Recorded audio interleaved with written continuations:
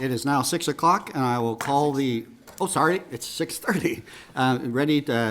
Time for the May 16th, 2023 City Commission meeting to come to order. Please call the roll. Mayor Hassel. Present. Commissioner Butler. Present. Commissioner Mata. Here. Commissioner Morse. Present. Mayor, we have four commissioners present. The quorum of 3 has been met. Very good. We will, please join me in the Pledge of Allegiance. I pledge allegiance to the flag of the United States of America and to the republic for which it stands, one nation, under God, indivisible, with liberty and justice for all.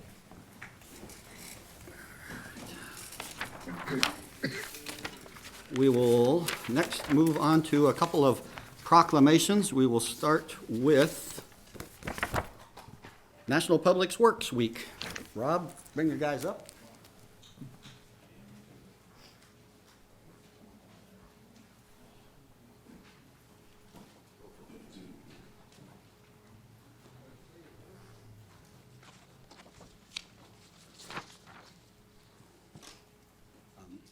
I'll read the proclamation and then we'll get all these guys introduced here. Whereas public works infrastructure is above, below, and all around us, we are able to have clean water, safe streets, efficient traffic, and livable communities because of public works. And whereas public works services provided in our community are an integral part of our citizens' everyday lives and creates a lasting impression, the health, safety, and comfort of this community greatly depends on these facilities and services. And whereas the support of an understanding and informed citizenry is vital to the efficient operation of public works systems and programs such as water, sewers, streets, and storm sewers, and whereas the quality and effectiveness of these facilities as well as their planning, design, and construction is vitally dependent upon the efforts and skill of public works officials. And whereas the efficiency of the qualified and dedicated personnel who staff public works departments is materially influenced by the people's attitude and understanding of the importance of the work that they perform. Now, therefore, I, Mark Hattasall, Mayor of the City of Manhattan, do hereby proclaim the week of May 21st to the 27th of 2023 as National Public Works Week in Manhattan, and call upon all citizens and civic organizations to acquaint themselves with the issues involved in providing our public works and to recognize the contributions which public works officials make every day to our health, safety, comfort, and quality of life. Rob? Thank you, Mayor. You betcha. Thank you, sir. Here, I'll keep it short. I'll get this out of the way. I don't think we had enough whereases in there for A couple you. more. I appreciate it. We'll maybe shorten that next year. Before I introduce the folks up here, I just want to say thank you to the mayor and the commissioners for this proclamation tonight. Recognizes all public works employees. I'll introduce them here in just a minute. Some of these folks up here, there's about 125 employees total in public works. This represents a team that provides fresh drinking water, wastewater collection and treatment, engineering for all major capital improvement projects in all 4 main categories, traffic support for signals, street signs, markings, the stormwater crew, street repairs, and fleet maintenance.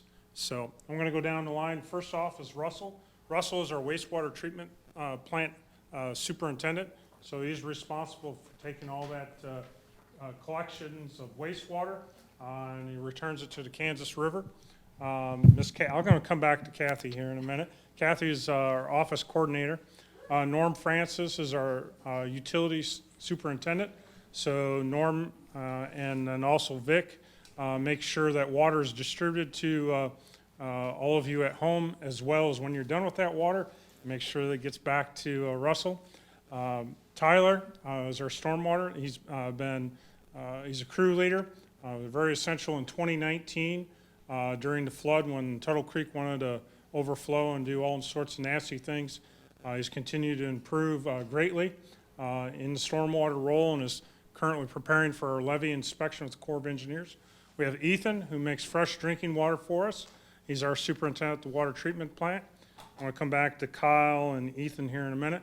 We got Dan Tyson. I don't know. I think I give everything to Dan, but Dan's down in street, fleet, stormwater, street sweepers, so on and so forth.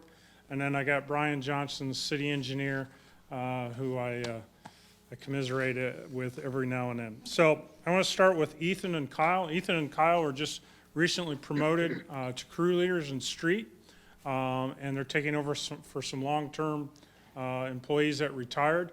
And we wish the two of you the best of luck as you kind of bring the organization forward. And then the last person I want to highlight is Kathy. Kathy is our office coordinator. Kathy has helped us be much more efficient in a number of different things. She's taken her own initiative, helped out Norm's group, Dan's group, just trying to make information flow faster, more automated, and it's a real great credit. Not only does she keep Brian and I in line, which is a full-time job, but she is certainly making the department more efficient. So with that, Mayor, thank you, and that's all I have.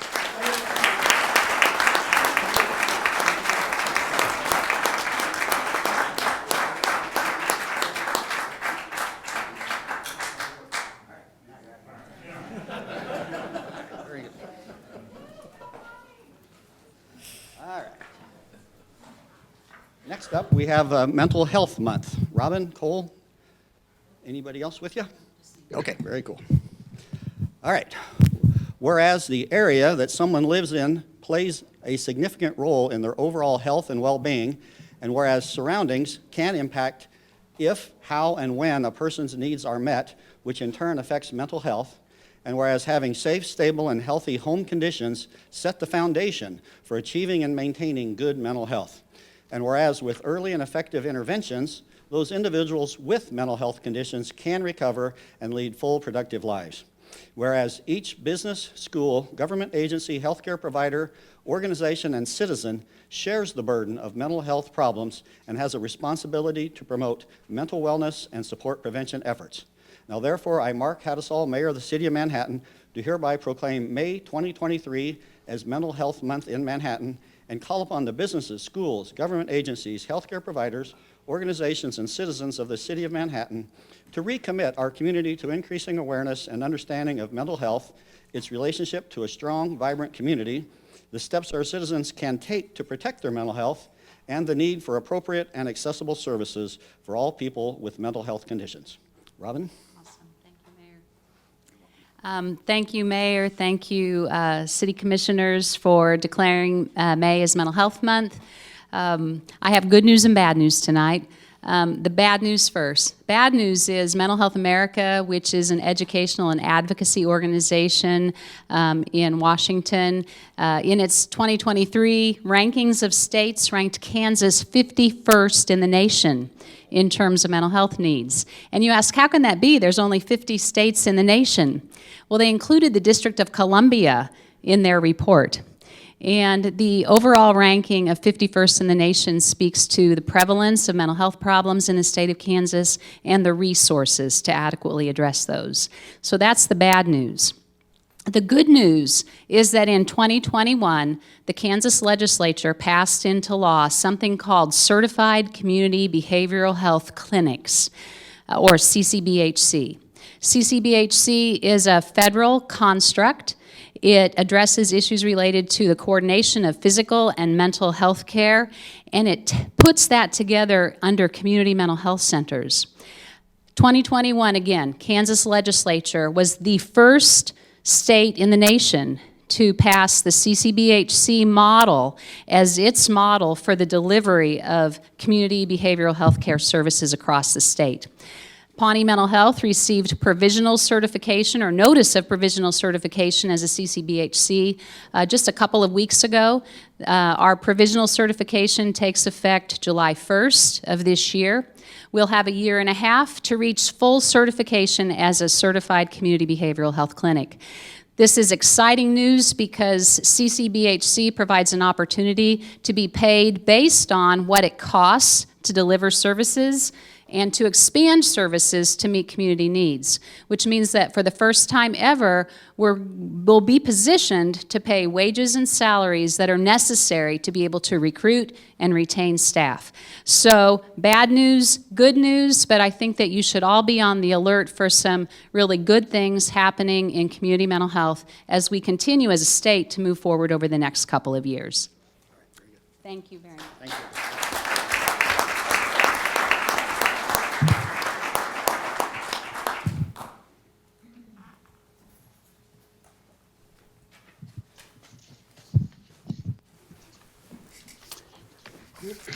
right, we'll move on to commissioner comments. Any, Commissioner Morse, you have anything out there?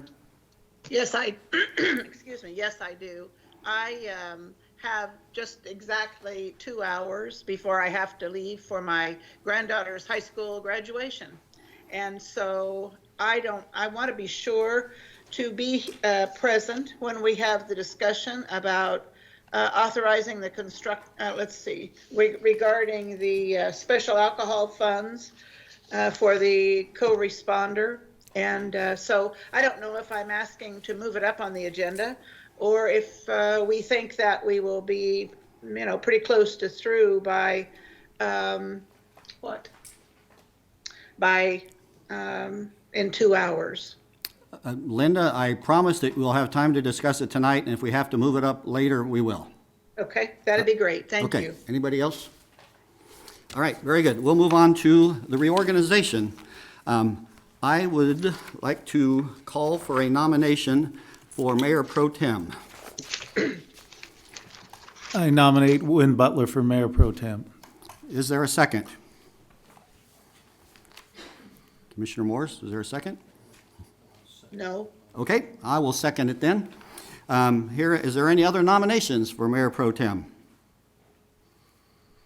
If not, hearing no other nominations for Mayor Pro Tem, City Clerk, would you please call the roll? Commissioner Butler, Yes. Commissioner Motta, Yes. Commissioner Morse, yes, Mayor Hassel. Yes, Motion carries 4-0. very good. Congratulations. You're on more committees now. Okay. All right, very good. We'll move on to the consent agenda. The items on the consent agenda are those of a routine or housekeeping nature, or those items which have been previously reviewed by the commission.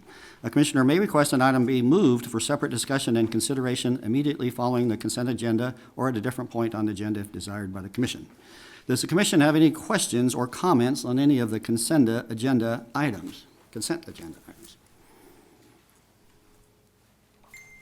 We need to appoint a commissioner for the selection committee for consent item F1, the East Manhattan Gateway RFP.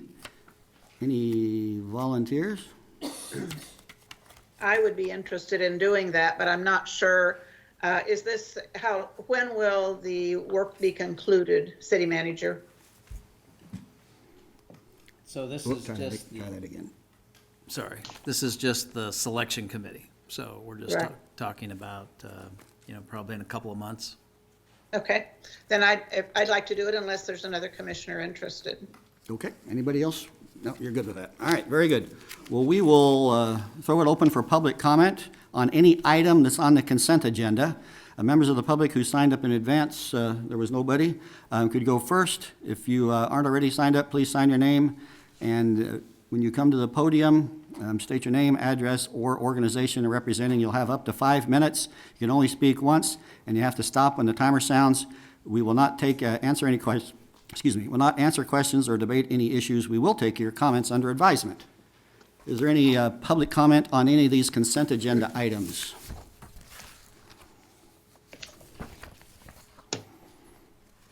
Okay, I will close public comment. Is there a motion to approve the consent agenda? I move we approve the consent agenda. Second? Second. It's been moved and seconded to approve the consent agenda. Please call the roll. Commissioner Motta, Yes. Commissioner Morse, Yes, Mayor Hassel, Yes. Commissioner Butler. Yes. Motion carries 4-0. Very good. We will move on to the general agenda, which starts out with considering a rezoning of the MCM Landing Business Park from Riley County Ag District to City Industrial Commercial Services District with an airport overlay. Stephanie Peterson, please come on up.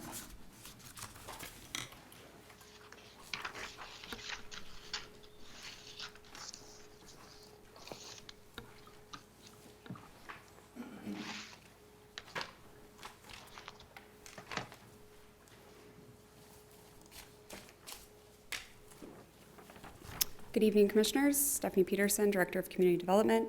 We have for you this evening the rezoning of a tract of land that we're currently referring to as the Landing Business Park. It is located immediately west of the Manhattan Regional Airport. There's a closer look at the 78-acre site. Property owner is requesting a rezoning to ICS, Industrial Commercial Services District, with an airport overlay.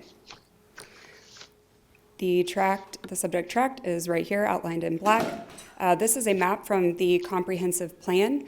This is our future land use map. As you see here, there is an agricultural use that is designated according to that map.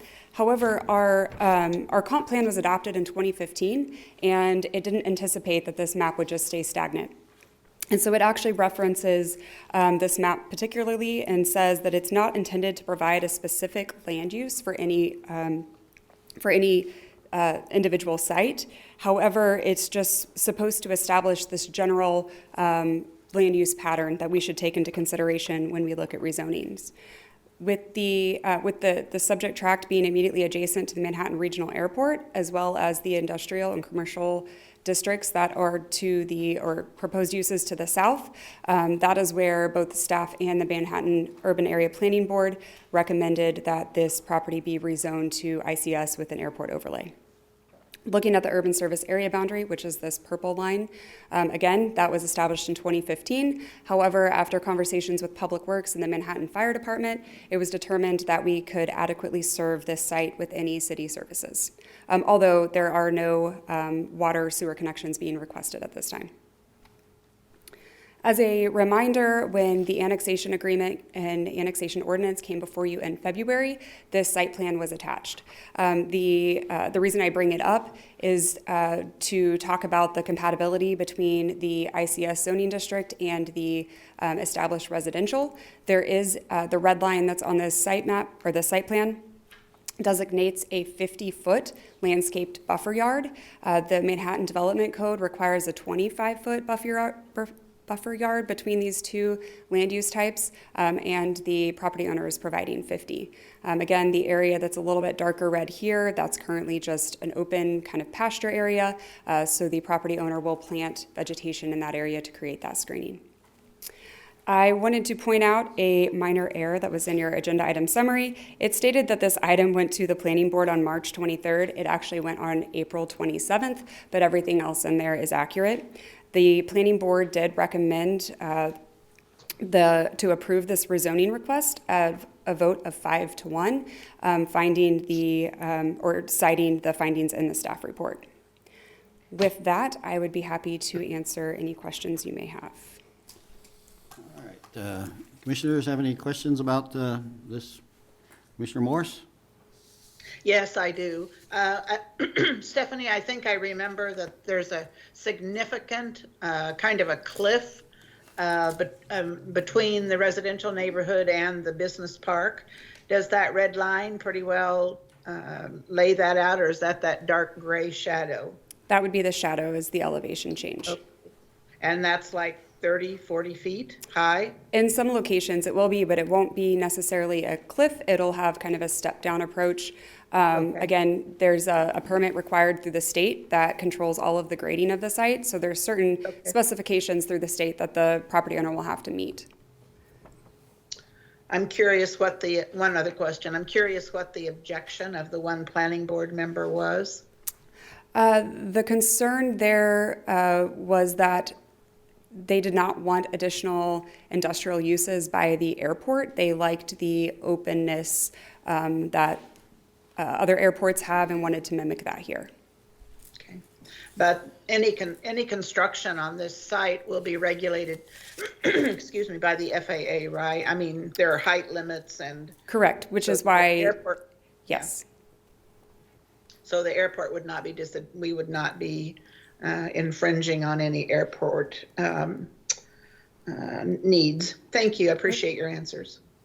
That falls under the airport overlay aspect of things, right? Correct. And that's one of the reasons why the site is having to have so much dirt removed to make it developable, is to ensure that the elevations are low enough that it doesn't conflict with any of the airport operations. Very good. Any other questions for Stephanie? Thank you. Yep. We will throw it open for public comment. Members, and nobody signed up in advance for this, but if you want to comment on this annexation, rezoning, I guess, please come forward, state your name, sign in.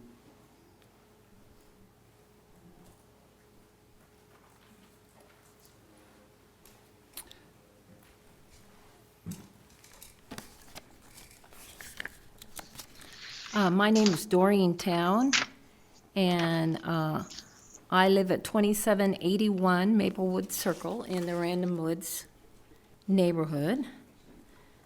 And I just have a couple of things. And the first item that I wanted to talk about was the protocols that have been established by previous city commissioners were not followed during this process.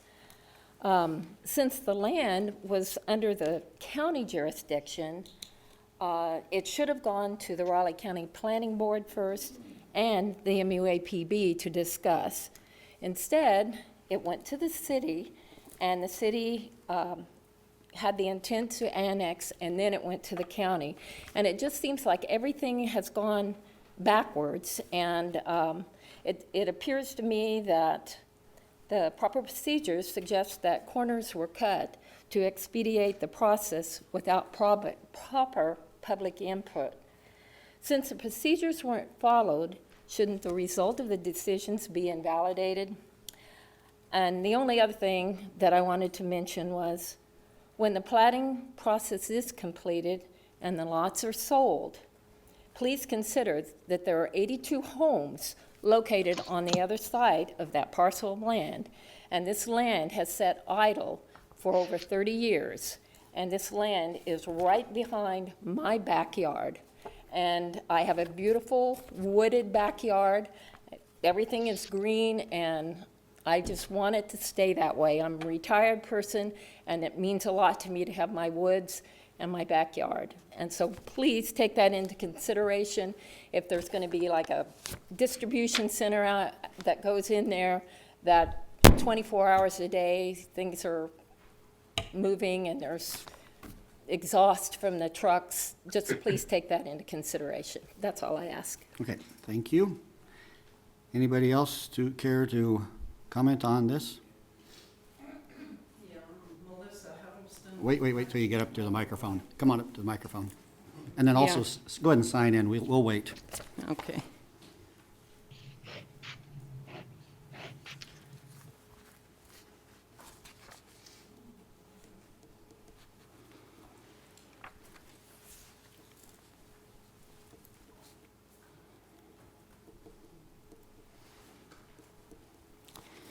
Yeah, I'm Melissa Huddleston, and I live at 2438 Brookfield Drive in Random Woods.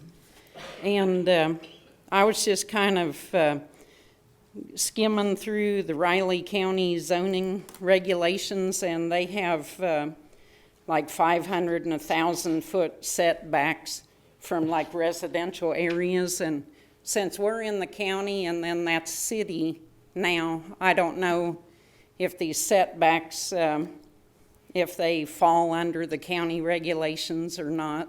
That would be one question. Okay. And another concern is we're on septic systems, and there's significant drop-offs right at the by the buffer yard. So the big concern is if that's going to affect our septic systems. So that's all I have. Okay, thank you. Anybody else?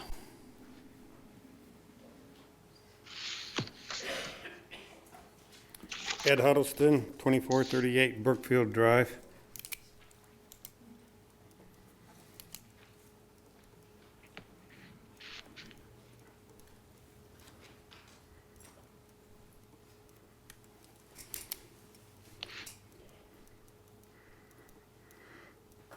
The one thing I would like to bring up is in reference to the cliffs, but this area, when you look over here, they've stopped digging because they're quite sandy.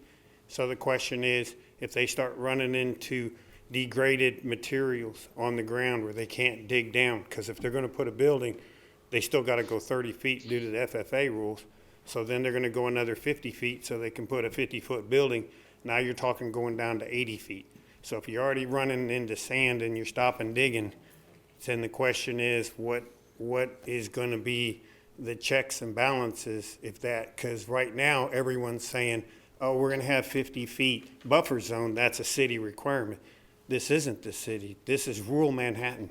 When we moved in, we always said we were rural Manhattan. So the airport around Minnesota, like one of the commissioners said on the other board, when we fly in, there's pretty lakes. We don't fly into warehouses like Dallas-Fort Worth.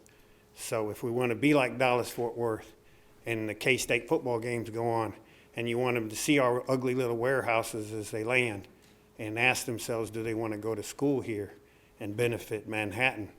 That's one question I have for the board and keep in mind when making this decision. Because the question is, what are you going to put in there and how tall does it have to be? And where's the stop checks and balances? Because Kramer Dining Center had to dig 200 feet straight down. And we had to give our old building a new hug. And we couldn't get rid of our old building because of the earth below us. So that's the only thing I'd like you all to keep in mind when passing this. That ICS, yes, that's great. We also asked the other board, and it was their recommendation to attach the airport overlay, because what good is a flight protection zone if you're going to ignore it and just put a bunch of buildings in place? So please keep that in mind when making your decision tonight. Subject to your questions, that's all I have. Okay, thank you, Ed. You're welcome. Anybody else for this rezoning application?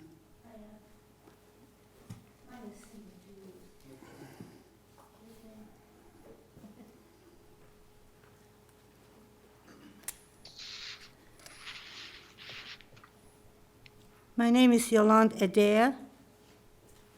I live at 2710 Maplewood Circle, also in Random Woods. And my question is almost similar to his. I look at the site that they excavated now, and I see an awful lot of sand. And my question is, isn't sand kind of erodible? And with no more trees, no root system to hold anything together, is it possible that that land erodes and could cause sinkholes? And also the question about our septic system on our properties, could there be some shifting? And would there be any kind of remediation if that happens? And that's all I have to say. Okay, thank you.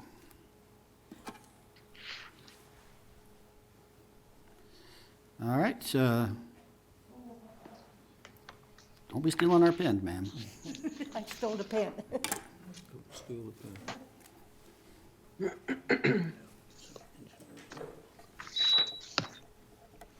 Am I done?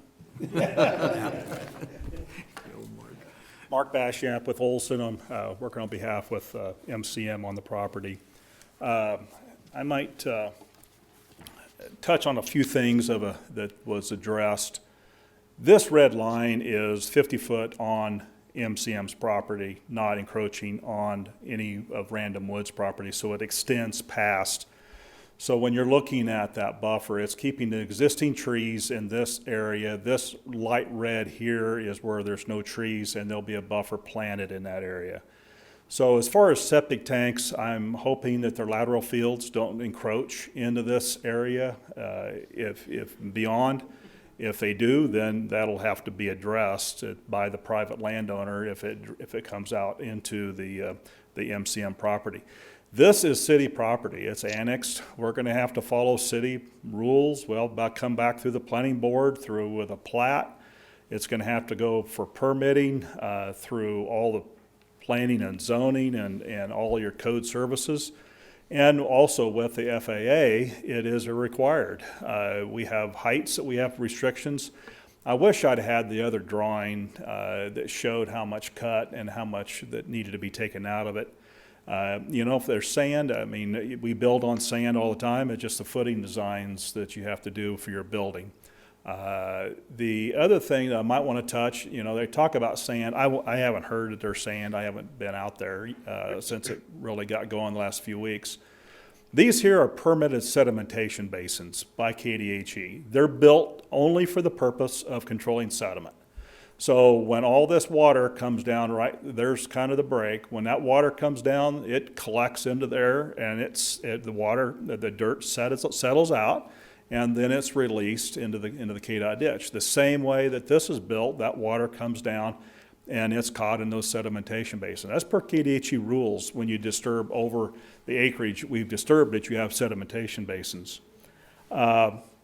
let's see. I think, well, one thing I might just bring up that yes, was part of all an original housing development. But this was only one that was developed, that parcel. This was not. And it's mainly because of the terrain. Nobody envisioned somebody coming in and buying this and building it out in 3 to 5 years to build it into a warehouse. And that's a great example of a product that would go out here. It would be a warehouse facility that would fit within the ICS zoning. Houses cannot be built in this. FAA would not approve it. And so that's the next highest best use is a commercial industrial use for this 70-some acres. So with that, I guess any questions for me? Any clarifications you need? Okay, thank you. Thank you. All right, last call for any public comment on this rezoning. All right, we will close public comment. Commissioners, any other questions for Stephanie? You just have one, there's a blue area there, does that indicate the trees are gonna stay there? That is an area that they've indicated they do not want to get into or disturb, but recognizing that they may find something that they have to get into, remove a little bit of the trees out there. But I believe, Mark, the intent was that would just stay undisturbed as much as possible. There's a note on that sheet that says that this is the area intended not to be disturbed, but they may need to be disturbed to get utilities and something like that going from one section to the other. It is not the intent of coming in there and blanket clearing in those areas. Very good. Any other questions for Stephanie or my motion?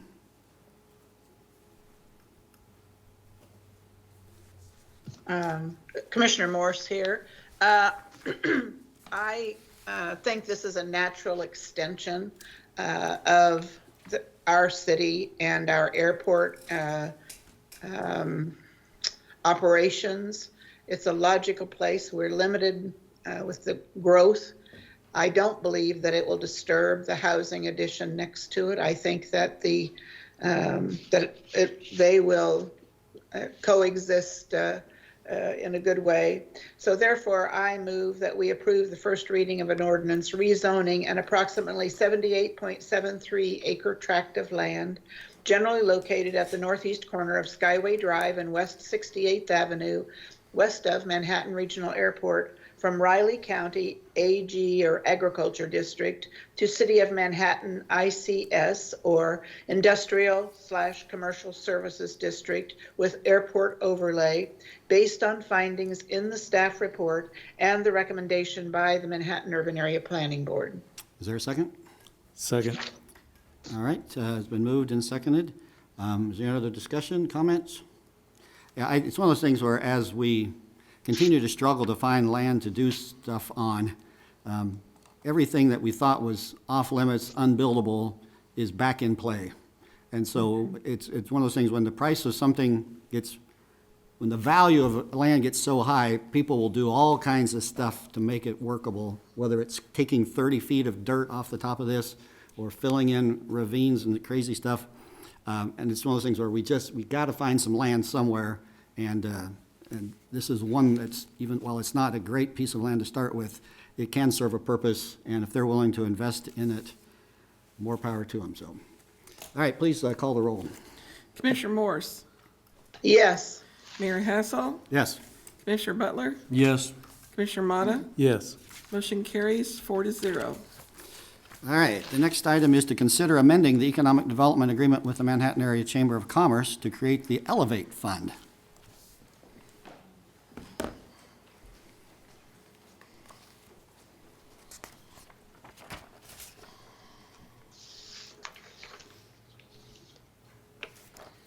Thank you, Mayor, Commissioners. Before you this evening is a consideration to amend the annual contract with the Chamber.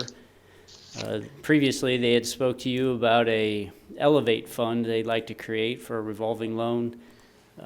They're looking for a total of $750,000 coming from the city's MeadowFab fund. This first payment of $250,000 will be made at the conclusion or support of this action this evening. You would have some reporting that would be due at the end of the year by the chamber, but they would also be looking for 2 future installments of $250,000 apiece.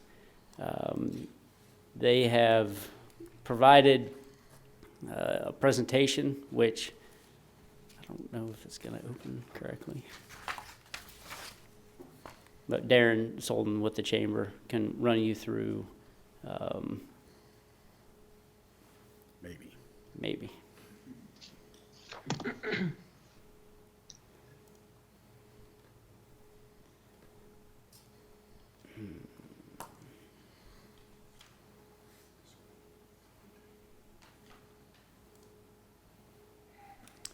Maybe he has it memorized. Well, I'll go to the website. It should be able to open it. Well, maybe not.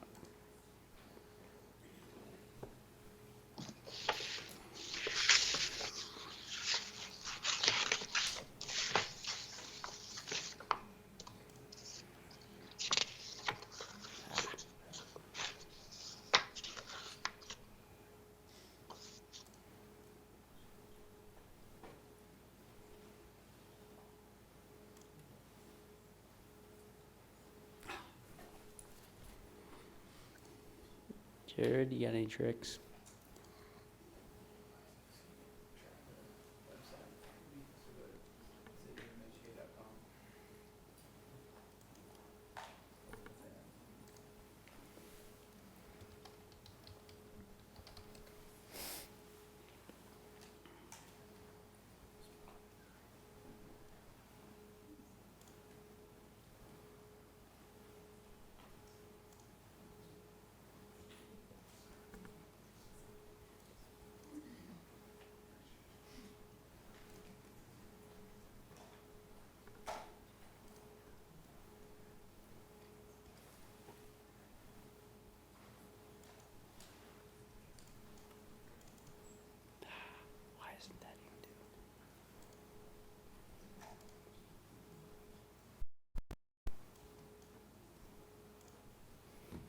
All right.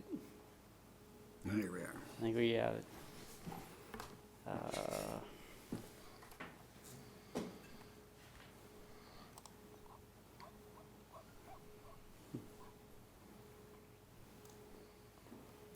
Just have to scroll through, Darren. All right.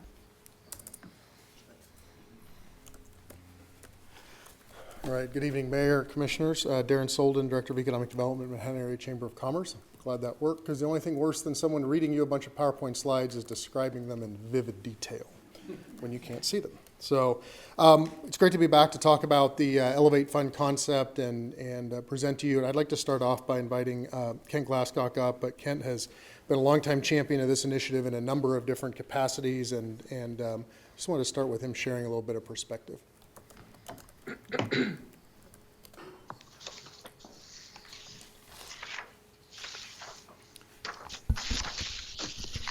Thank you, Darren. I'm Kent Glasscock. I'm a member of the Spark MHK Board of Directors. And Darren wanted me to just speak briefly to the need for the Elevate Fund. As you know, the community's economic development plan includes a component for entrepreneurial endeavors, new business startups, small business advancement. And as part of that plan, because the foundation of the Kansas economy, the foundation of the Manhattan economy, rests squarely on small business startup and small business advancement. Fully 2/3 of all jobs created in this country on an annual basis come from small business creation and advancement. So it must be a part of our community and our region's larger economic development strategy. It makes sense. It's what we all know instinctively. But there are challenges associated with new business startup and small business advancement. One of those challenges, key challenges, is access to capital. And what the Elevate Fund will do is, with our partners that you see up there, and including Network Kansas, we are pulling together to create an ability for small businesses to advance capital in the form of low-interest loans. And that is a critical component that can separate the difference between success and failure in small business startup and advancement. We can only have to look around town to see how important new business creation is. SPF, Manco, GTM, Civic Plus, the list goes on and on. This is a critical component, I think, of the go-forward prosperity plan for this community. And I strongly encourage you to give careful consideration to this. As you know, K-State Innovation Partners Board of Directors has committed $375,000 to go into this fund if it is matched by community investment and private sector investment. This fund will make a difference. And this fund will help new businesses start up and existing small businesses advance. Please give every consideration to being a part of the Elevate Fund, and let's prosper together. Thank you. Thank you, Kent. Thank you, Kent. Well said. And as Kent said, this is a team effort. There's a number of partners up there in the logo soup on the slide, but it's important to recognize that the majority of those partners are here in the room tonight and represented and have been part of the conversation around advancing funding opportunities for entrepreneurs for a number of years.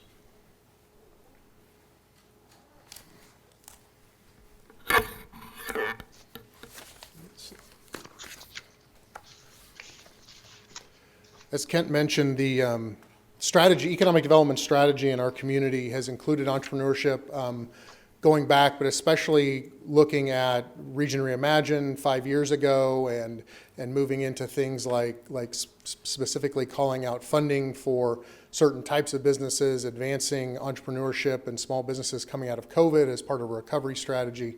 It's important to remember that entrepreneurship was also part of what was voted on by the City Commission in late 2019 and took effect in 2020 with some additional funding for economic development that helped build out Spark and has supported other things like entrepreneurial education, networking amongst entrepreneurs, and ecosystem development over the course of the last several years. Within a broader context, and we've showed you this diagram before, but within a broader context, there's a continuum of investment, and what we're talking about here is identified in red. I just want to point out that this is an area that's particularly impactful because every type of business, every type of locally started, locally owned business could benefit from this fund, whether you're a retailer, a restaurateur, a professional service provider, a small manufacturer, a high-tech business, a spin-out from the university. Ultimately, early stage capital and then being able to access that capital and leverage it for other sources of capital is vitally important, and that's exactly the gap within this continuum that's being filled by this program. Also, I think it's important to, as I mentioned earlier, recognize the work that has gone on already. We've got great partners. Jen Laird has joined us this evening from Network Kansas. Appreciate her coming to town for this meeting. We've been partners with Network Kansas at the Chamber through administering their e-community loan since 2016. As of last year, administering locally the Grow KS loan, which is a partnership between Network Kansas and the Kansas Department of Commerce. As we look at this next step in this progression, the Elevate Fund, and then looking to the future, potential for small business grants, potential for establishing a CDFI and being able to make loans to small businesses there, like communities such as Topeka have done very, very effectively. We're making some incredible steps, but this is just one step in a longer progression. So ultimately, we've mentioned the purpose here is to be able to provide small revolving loans at low interest rates and relatively short term. So think $15,000 or less, 1 to 3 year repayment, 4% interest, and there is some requirement that a business owner make an investment themselves or as they business. So 50% of that loan amount has to be matched by a business investment. We'll leverage existing partners like the Small Business Development Center to provide technical assistance. We've learned that from other communities and believe that to be very much a best practice.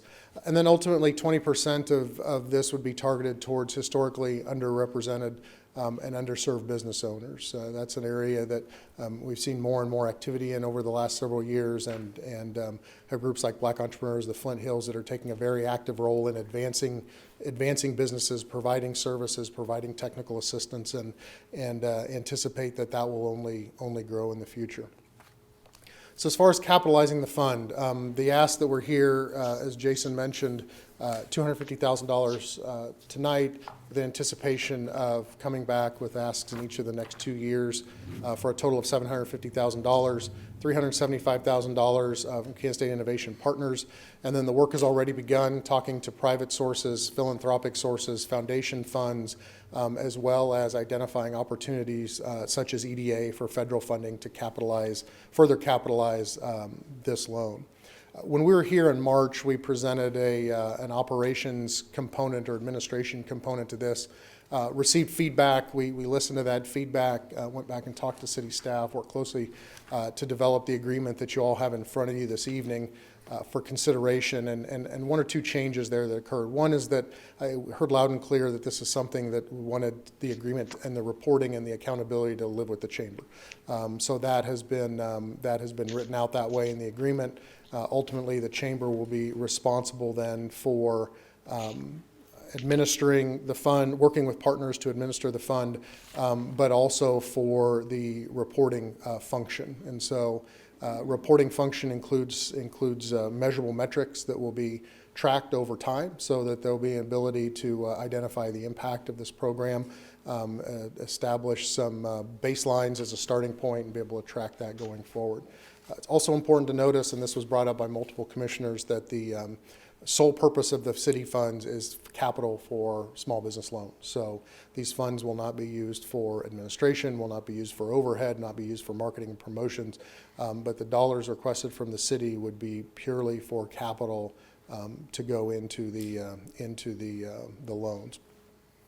I mentioned the tracking component. They're identified here on this slide, and I apologize for looks like we end up having a few issues with the formatting, but business starts, jobs created, increases in sales, capital investment, and additional sources of financing. These are all SBA identified, federal government identified and tracked through SBA partners like the Small Business Development Center. So again, the structure is being set up from the beginning to ensure that there can be tracking of these key metrics and the ability to report back as part of, as it's identified in the agreement, biannual reports as well as the monthly loan reports. This would be added on top of the existing reporting that's done following the same schedule that's identified in the current economic development contract.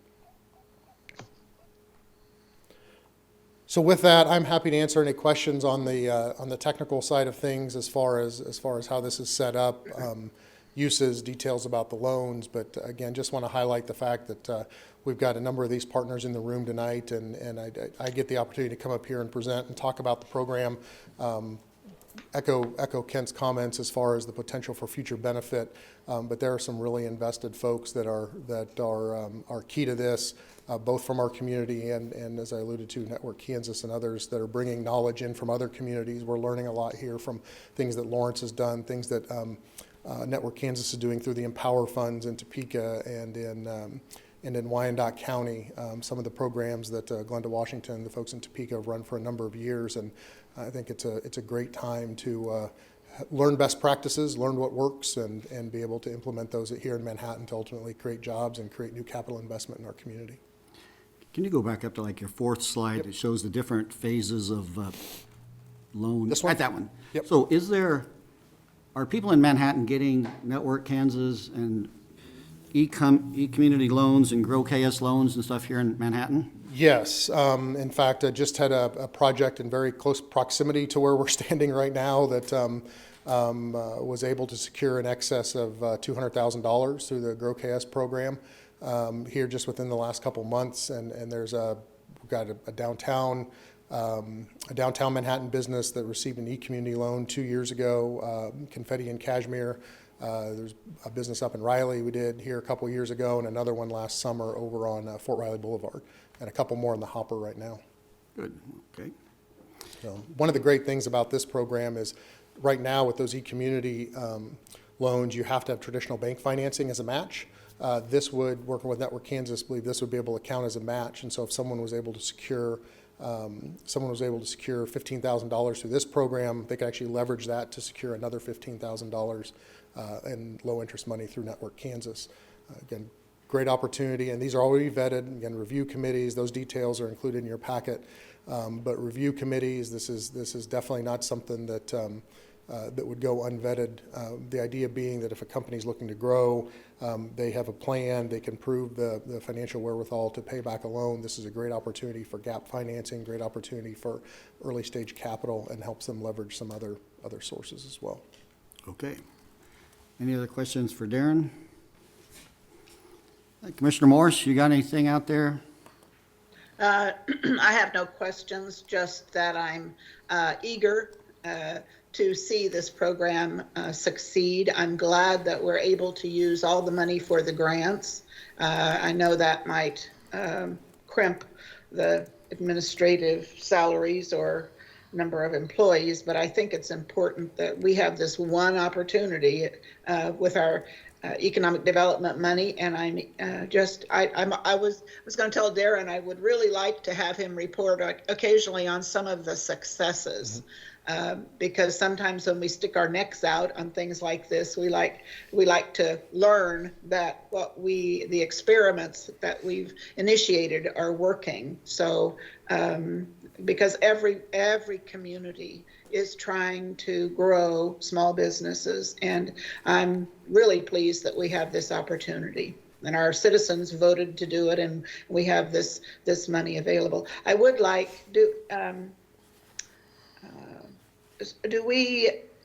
it basically said that this would be $250,000 a year. Do we need to put, for 3 years, do we need to put that in our motion? I don't think we can. You don't? Ron? Yeah, we wouldn't recommend it. I mean, the reference is in the agreement, that's Okay. the intent. But it'd be, Okay. we're just looking at the initial $250,000 for this Okay. year. So that's all this motion is the first 250,000? Yes. Okay, thank you, I appreciate it. If I may highlight, one thing Commissioner Morris said, she brought a good point that I skipped over, is from an administrative standpoint, we have worked with the Greater Manhattan Community Foundation to secure some dollars that will allow for the increased administrative capacity needed to run these kinds of programs. And so again, another community investment, another partner that's come through to support this, and part of what's making this effort successful. So they would provide you with some extra money to run, you guys to run the program. They're not going to try to run it for you or anything? No. Okay. That would be provided to the chamber and or the partners that would be administering. Very good. So before the chamber trots 15 people up here to say how great this is, does anybody have any concerns that they need to have addressed before that to try to swing? I don't think, we don't need 10 people to come up here and try to convince us to change our mind if our mind is already made up. Has anybody got any questions? I don't have a question, but just say, I like a number of things about this. One, we talked about having hard metrics so we can really look at, and you've already listed those out, the fact that you're getting other funds that are coming in. Also, I'm a big believer that we need an entrepreneurial component to economic development. I mean, there's bringing in new business, there's leveraging K-State and the foundation, like things with the Edge District and the rest that KSU is doing. Always if there's something with the Army, but the other thing we need is this entrepreneurship. The other thing that we need, which we'll talk about later, is workforce, because that's going to be a key component. And I guess if not this, what are we going to do? I think going in, I would anticipate we'll have some failures that'll be there, but hopefully we'll have some big home runs and be able to see those hard metrics come true. So thanks. Yeah, I just have a question on the funding.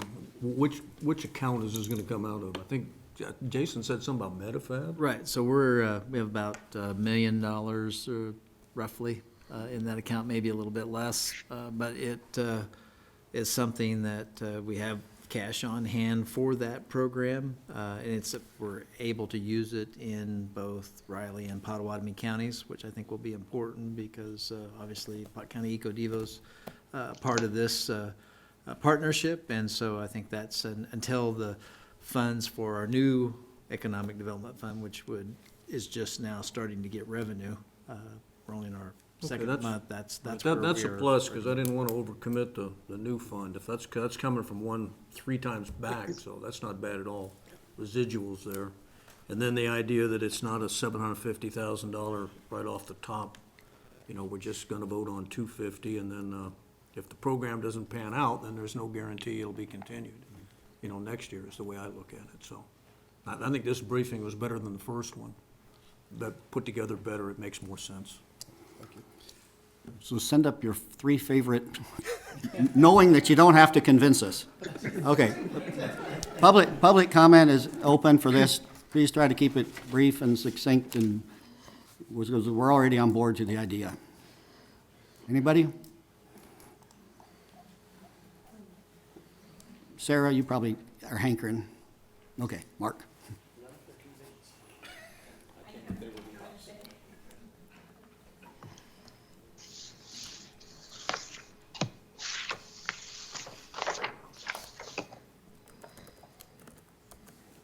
Knockendoffels long. My name is Mark Knockendoffel. Here actually on behalf of the Chamber, I serve as chairman of the board and would strongly encourage you to support this loan. Just from a personal standpoint, my day job is working as the CEO and founder of the trust company. And I think back to 30 plus years ago when we started that organization, put together a group of investors. I didn't have any money, so I went to my brother and borrowed $30,000 to start my ownership in the trust company. This is the kind of entity that will provide that kind of assistance to other entrepreneurs who have a vision. And that was a company that we started with 3.5 employees. We now have 50 employees and about a $5 million annual payroll. So it's possible. So we appreciate your support. Thank you. Thank you.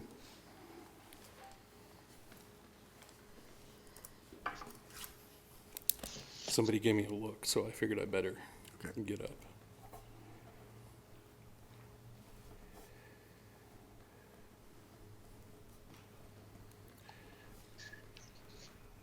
Oh, some of you write fast. I'm Pete Frasco. I live at 5305 Stonecrest.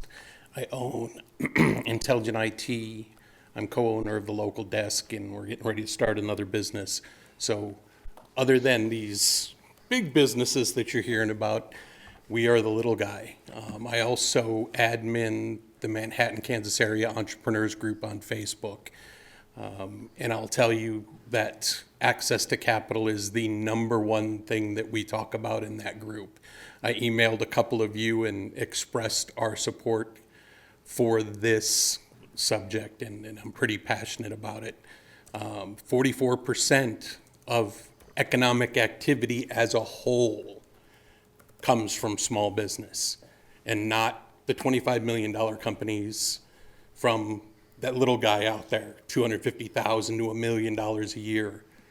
But those little guys, those little people out there, those people on Main Street, and in our case, Points, I get it, but the main streets of America is where that's coming from, and that's where this is. So that's where this is going to make a difference. So I appreciate y'all's support of it.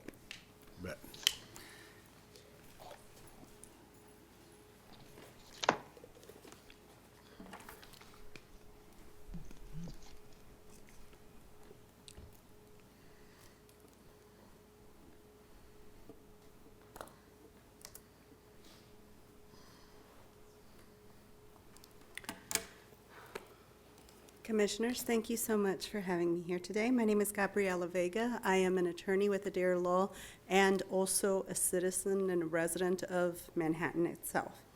I am very happy to hear that you're all in support of this fund. I think that it is a very smart decision because, as Mr. Frasco has pointed out, as Mr. Knockenhoffel has pointed out, small businesses can turn into big things when they have the oxygen.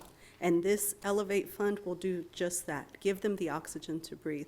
So I applaud you all for your willingness to support this. I think it's a great choice, and I do believe that in a few years you will see wonderful companies who have benefited from this.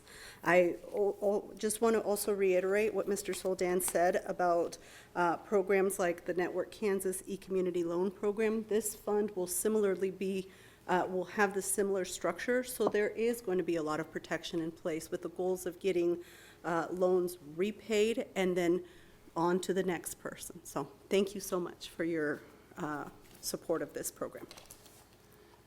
All right, anybody else?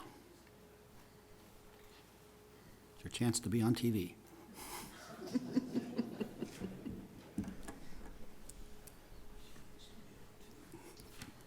there's the problem.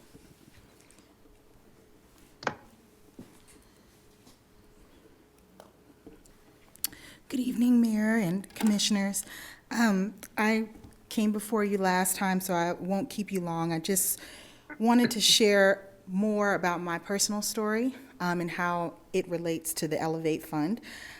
So my name's Sheila Ellis Glasper. I am the founder and president of the Black Entrepreneurs of the Flint Hills. This is my 13th year in entrepreneurship. I own a marketing agency based here in Manhattan, SEG Media Collective. I'm also the momager for one of our youngest entrepreneurs in this city, Trey Glasper with Trey Squeeze Lemonade. And so I just wanted to share about my journey specifically. I would be a lot further along in my entrepreneurial journey if I had oxygen, like you were saying, with access to capital here in this city. The opportunity gap and disparities when it comes to access to capital, business resources are so large that I've taken my precious time away from my business to start this nonprofit organization, volunteering time, talking with different organizations, running case studies across this state and showing the gaps and disparities that we have here. So I'm so happy to hear that you all are in support of this. We can see clearly that myself, being a graduate of Kansas State University, I graduated back in 2010. My husband and I purchased a home here in Manhattan, so we are homeowners here.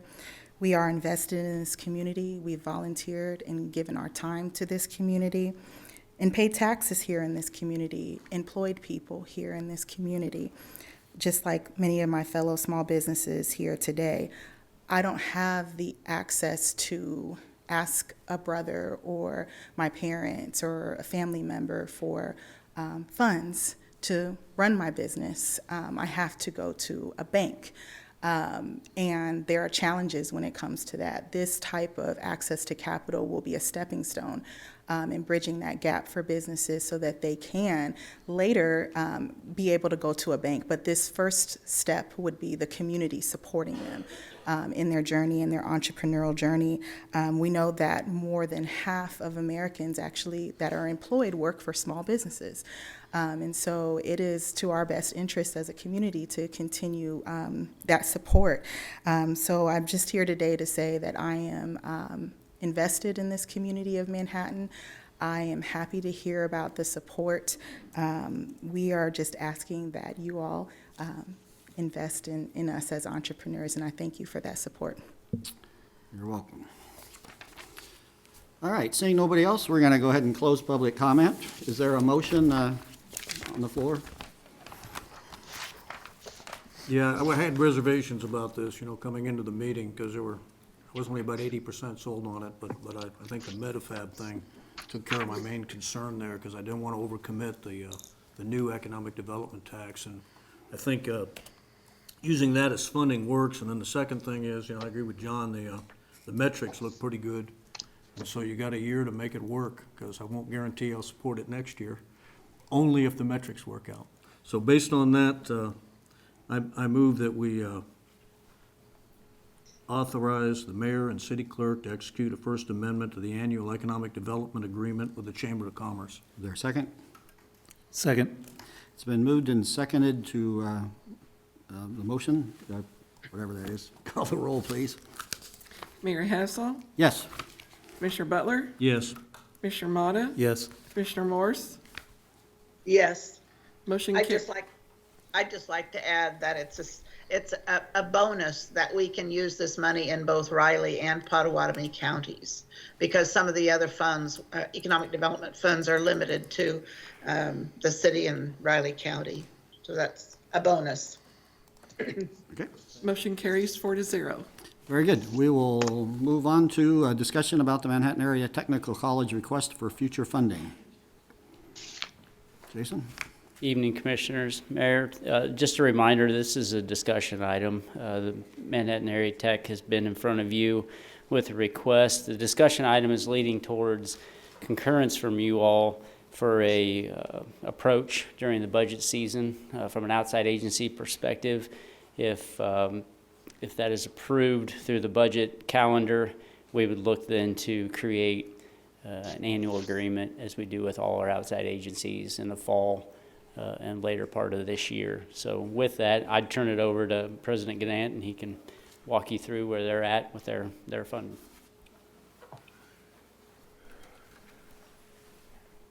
Thank you, Jason. Commissioners, good to see you. I do have a few folks here just in case, okay? We got several college employees, a lot of business supporters. So I want to give you an update based on our discussion, I think it was back in February, about our impact. It was suggested after that meeting that I reach out to the company that does the same analysis for the K-State Foundation on their projects. I did reach out to that individual and his company, and they put together the analysis I'm going to share with you tonight. So a reminder, this is what we did look like about last November with those modular units on the east side of our campus. Right now it's empty. It's got the dirt ready. We're ready to rock and roll. And we anticipate in about 12 months it'll look like this, with our first new building in forever, and it's the Advanced Technology Center. 47,000 square feet prefab steel, home to 5 existing programs, home for 2 new programs. This diagram again, as I showed a few months ago, if we go from left to right, on the far left is the electric power and distribution program, the lineman training program. Again, there's only 2 colleges in the state that provide that training, us and Pratt. Next to that is biomanufacturing. While Scorpius is a big driver in this, the announcement from K-State the other day about the NSF engines grant they received, we are a partner on that. We have a small piece of that pie, but that's to help us develop the curriculum that's needed and to put together the recruiting plan, because working with K-State, with the Chamber and other entities, I know there's going to be a drive to bring in more bioscience companies into the area. So the biomanufacturing program will help fill that need. Next to that is what I think will be the absolute cleanup home run hitter of all time for the Tech College, industrial engineering technology. I think this thing is just going to blow like crazy. It teaches fundamentals of electricity, fluid powers, mechatronics, robotics, programmable logic control systems, everything from running an assembly line to running factory parts to running whatever you want to run. It has amazing potential. It has amazing credentials that we can offer from a wide array of industries. Jump across the bathrooms, the lounge, and the conference room, new program, plumbing technology. We know that's a need in this area to get more professional people into that trade. Right in front of it, between it and HVAC, is the Critical Environment Technology Program. Again, we're the only college in the nation with that program. We put it together because of NBAF. We worked with the engineers from BRI, other experts in the nation. With that program, we're able to teach about facility maintenance in a high containment environment.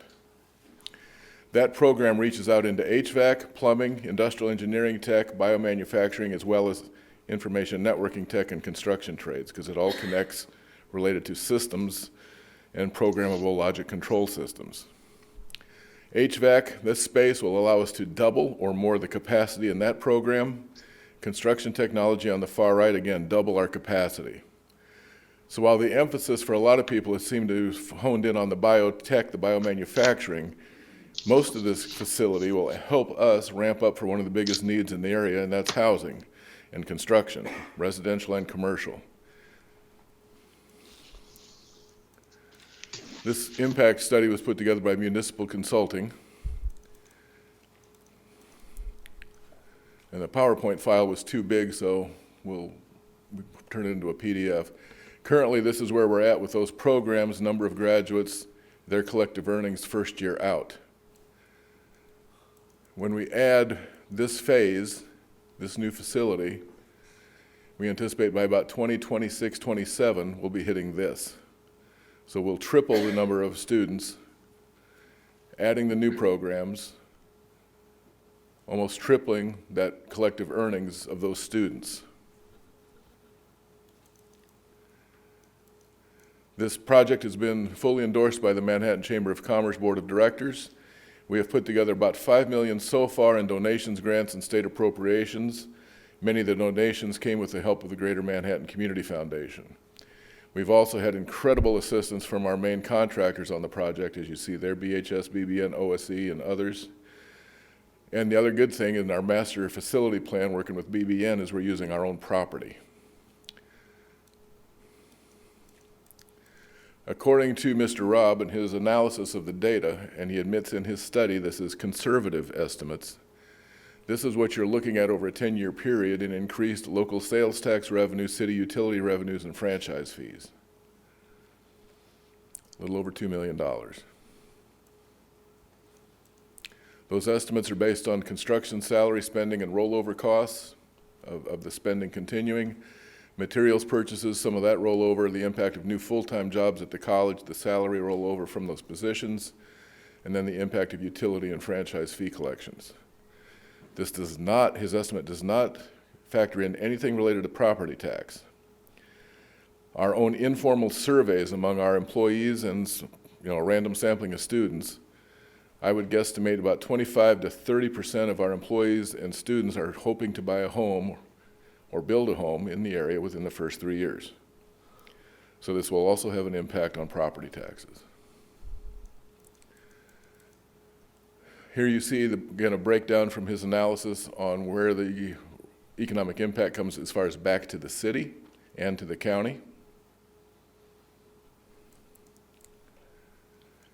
In years 6 through 10, it keeps growing.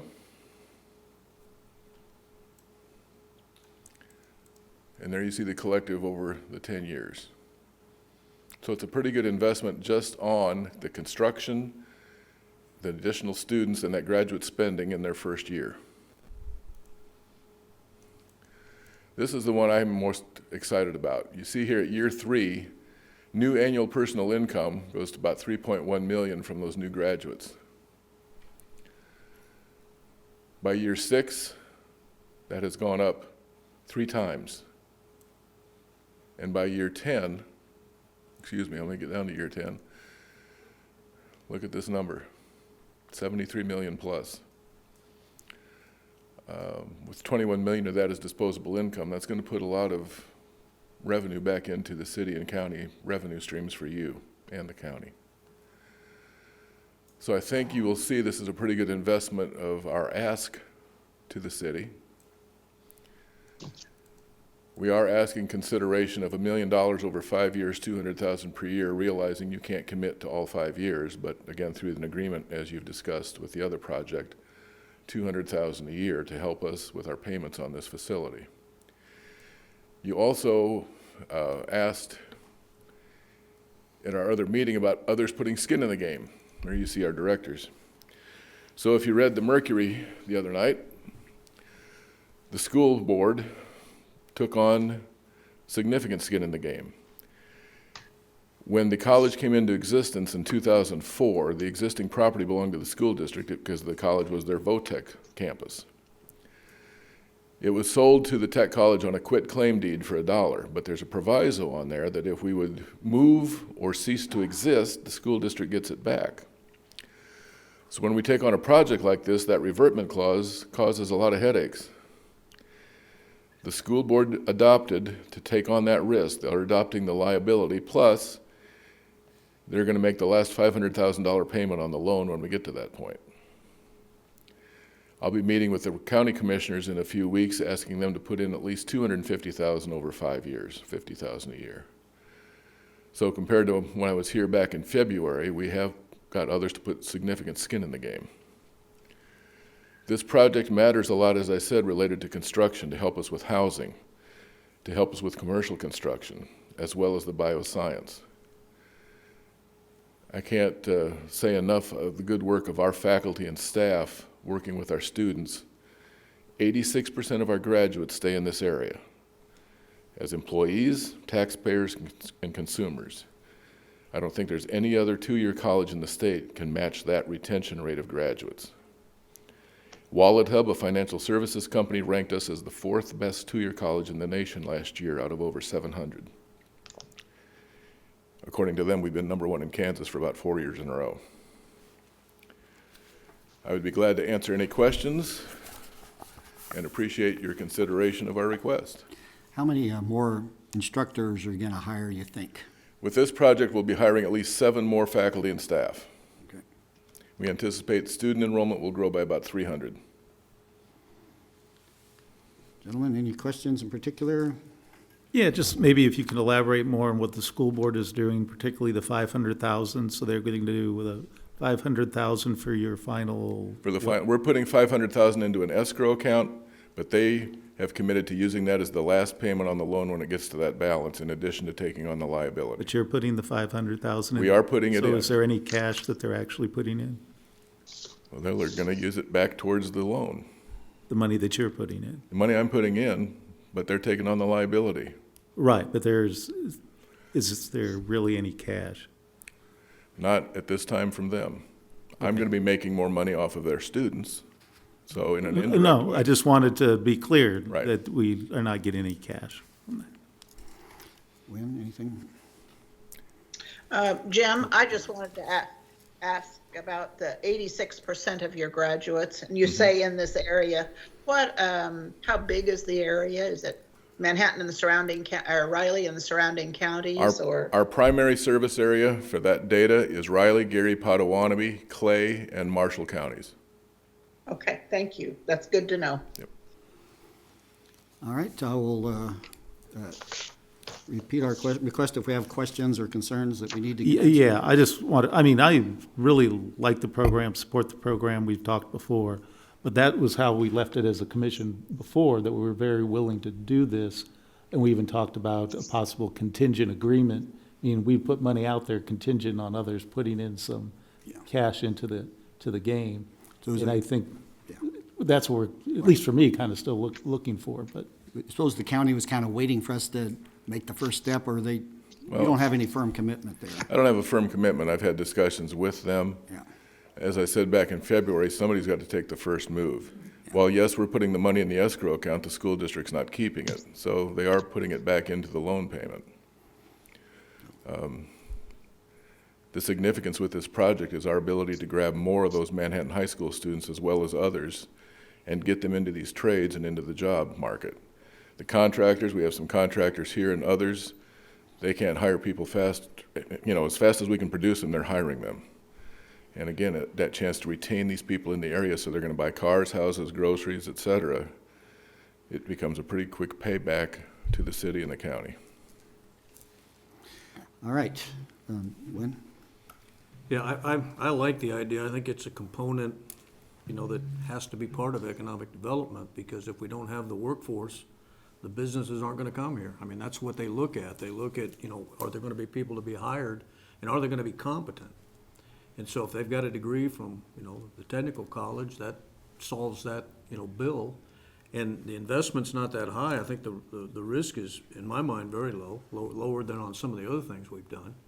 And I know the funding situation for the technical colleges, in my mind, crazy, that the state doesn't, kick something in.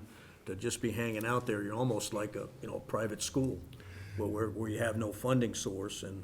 And I know that, the city, we don't want to commit a property tax or something to support it, but I think it fits under the economic development umbrella, and we've got sufficient funds. And again, it'd be the same kind of deal as with the chamber one we just talked about. If it doesn't pan out, that doesn't mean, it'll be committed for the full time, but that's my thought on it. And I hope some of the other counties see the value of it. I'd mentioned before, we have the Flint Hills Regional Council, and I don't know if you've talked to them, but you would think they've got connections with the whole region, and your area is the region, and I think they need to step up to the plate and kick in a little bit too. I am in discussions with them. I had a question. Linda, you got any other questions? No, I'm just pleased that we're able to do this. It is a long commitment, and we have supported MATC pretty consistently. I too wish there were another revenue stream to bring to the table, but I'm glad that we're able to do this, and we need to grow MATC, and so it meets the job needs of our people, so it makes sense.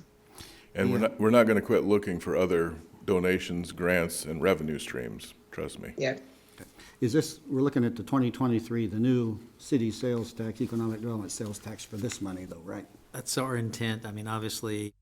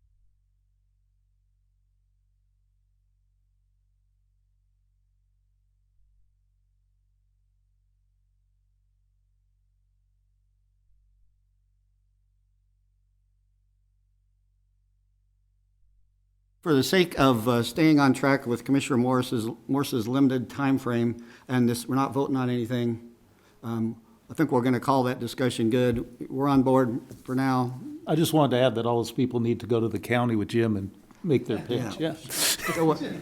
Show up and show your support there again, too. So appreciate y'all being here. We'll get your comment in June at the budget hearing. So, all right.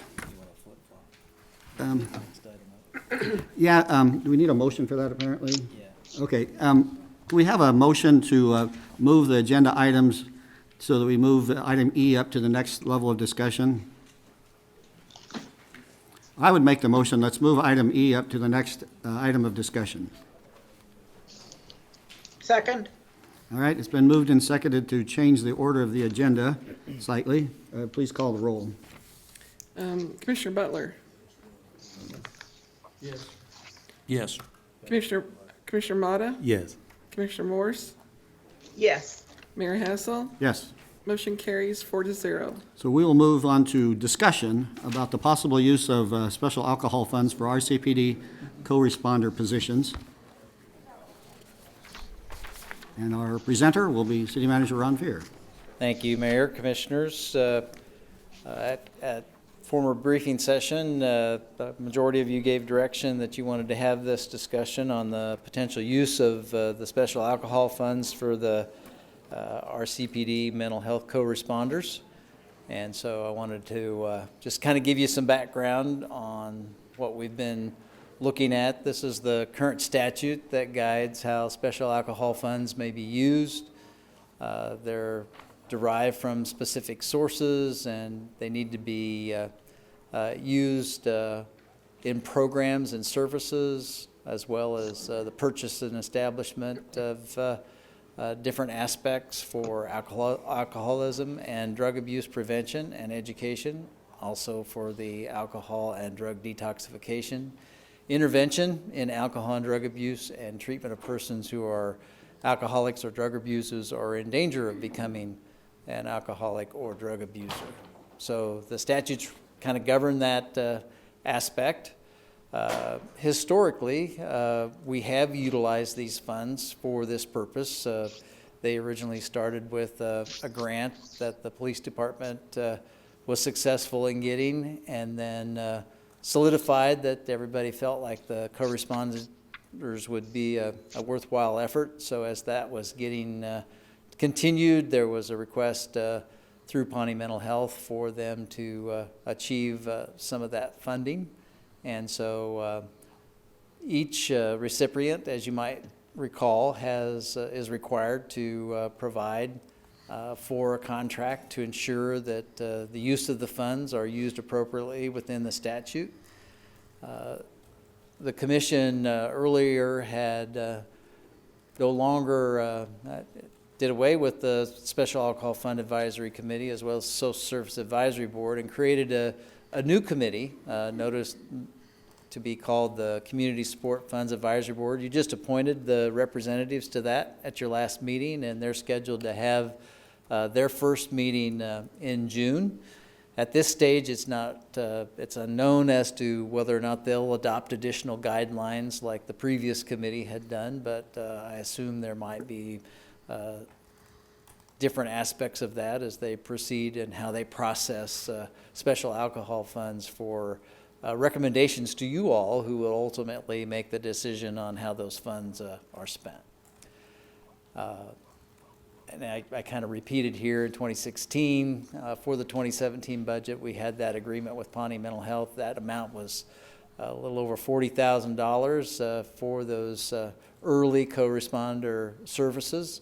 Subsequently, those funds have been, those positions have been budgeted for in the Riley County Police Department budget process, and RCPD has contracts with Pawnee Mental Health Services. They are employees of Pawnee Mental Health Services, and so there's an agreement that exists between RCPD and Pawnee Mental Health.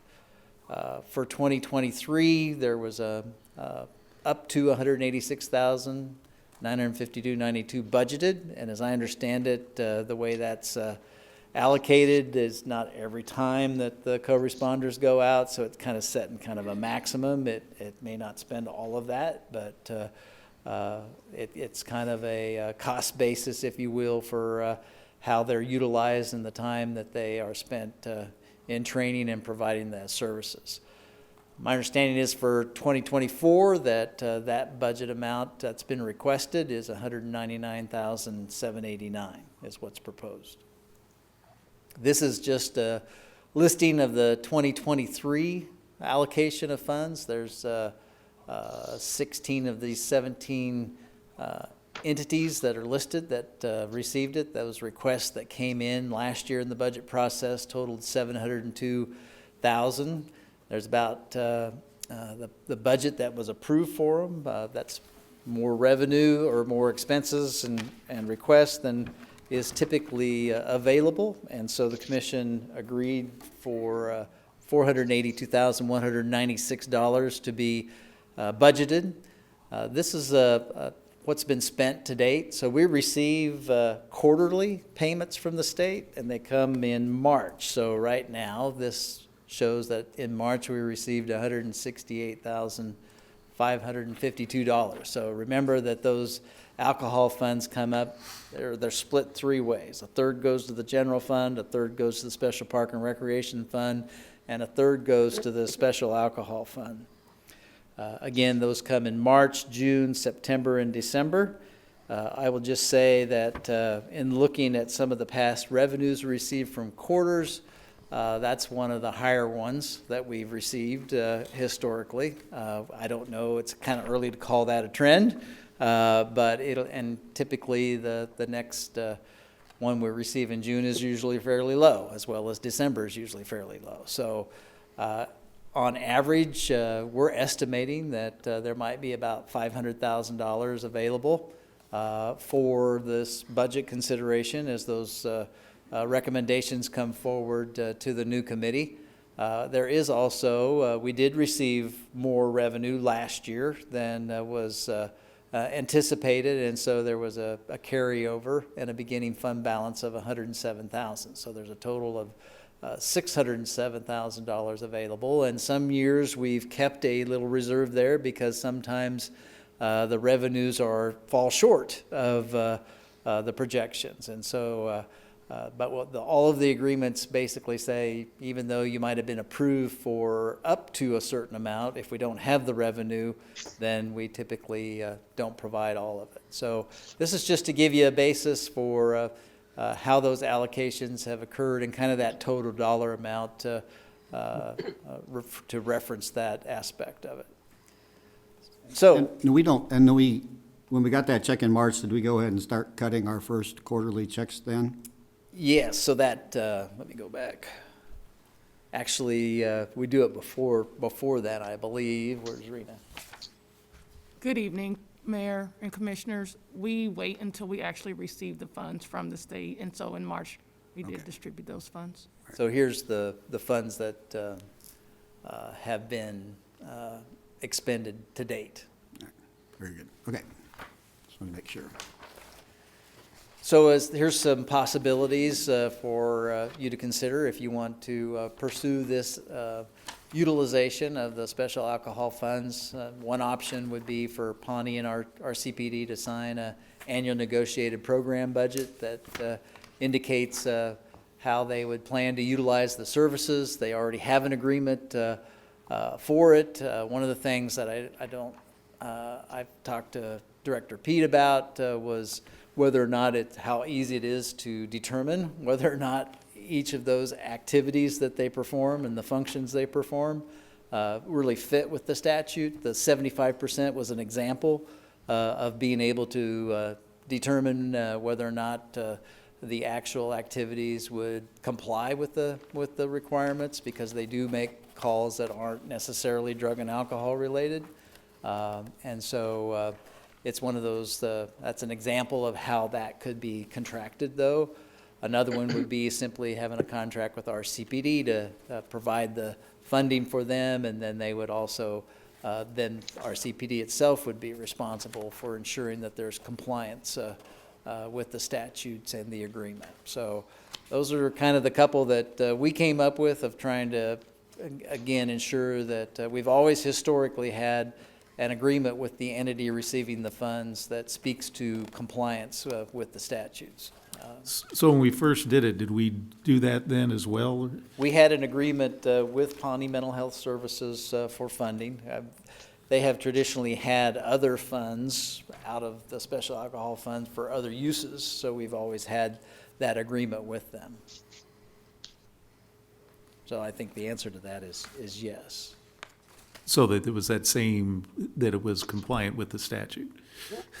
I think it was a general statement. I can General, tell okay. you that You're being a little more specific with this I one. think we are being a little more Okay, that's specific what I than we wanted to have been in the past. But part of that was as the committee received reports for how the funds were utilized. That's part of that annual allocation for that group to report on that. Again, we only did this for one fund cycle, so it wasn't requested again. That's when it was incorporated into the police department budget. Ron, if I can make one point, we did have a application from Pawnee for that, Commissioner, so that they had specified the use, the specific programs that would be fulfilled by those funds when we awarded that before. So it wasn't something just on accountability. They actually applied with a description of the program, and that's what we based our funding on in the prior funding. Yes. Thanks. Thank you, Katie. There could be other actions or arrangements that could also occur, but we'd like to have some direction. As obviously, I know the police department is working on its budget at this point so how that arrangement might occur.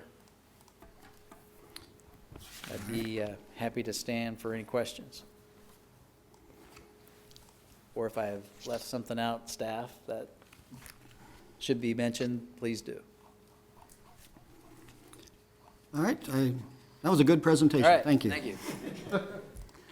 I did watch your presentation to the law board yesterday on the city's website, and so, yeah, while I agreed to kind of bring this up and discuss it, I just can't get excited about it. Mostly, a few reasons.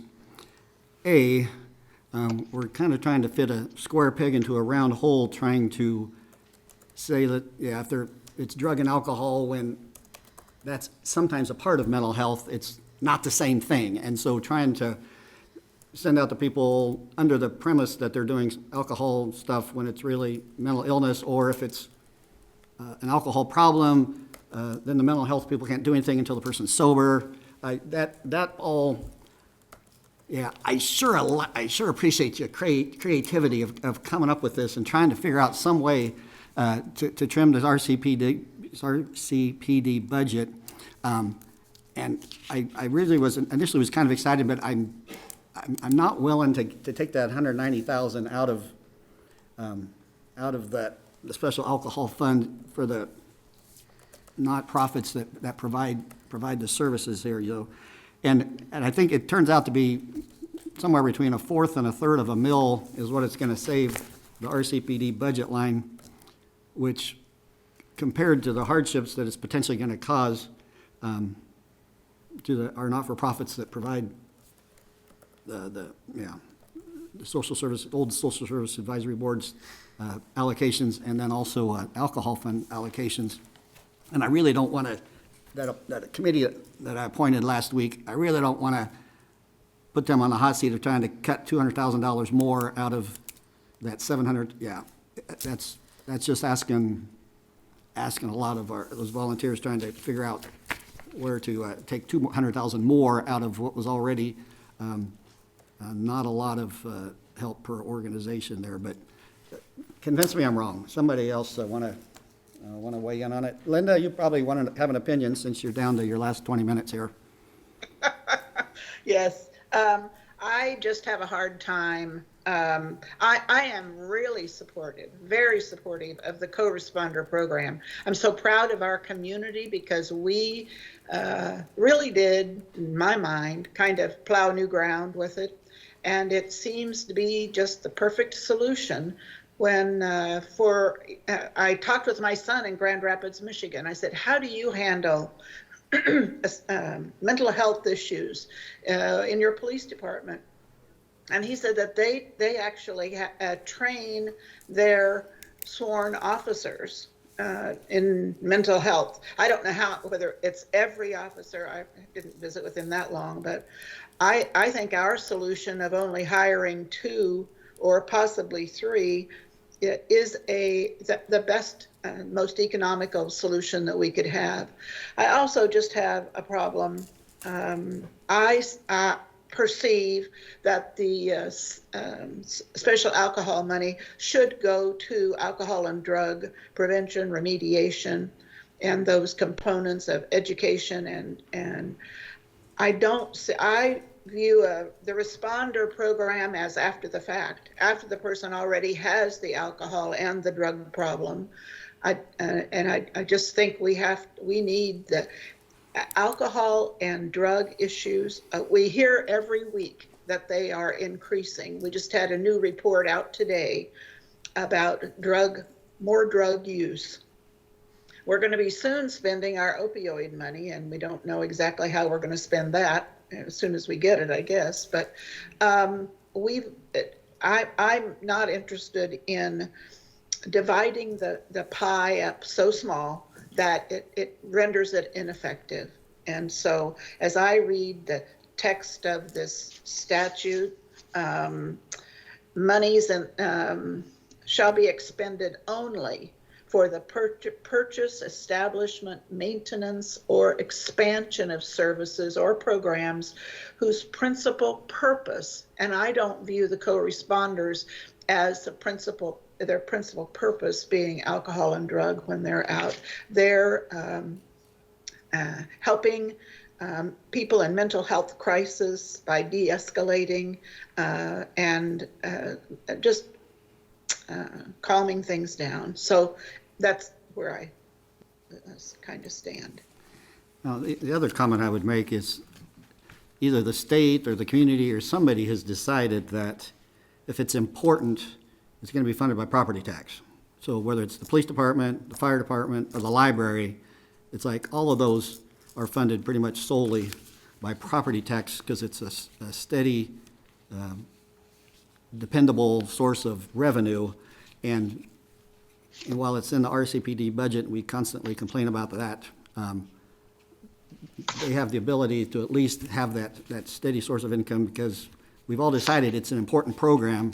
And so if it's an important program, I think we probably need to keep it with that property tax support, even though everybody hates property taxes, and I do too, since I just paid mine last week. So, Yeah, talk about it some more. the idea behind this was combining the two boards, being able to get more efficiencies through that, being able to, us having more levers with the amount of money that we have in the funding, where we could, if we want to, even fund that combined board with extra money to cover this.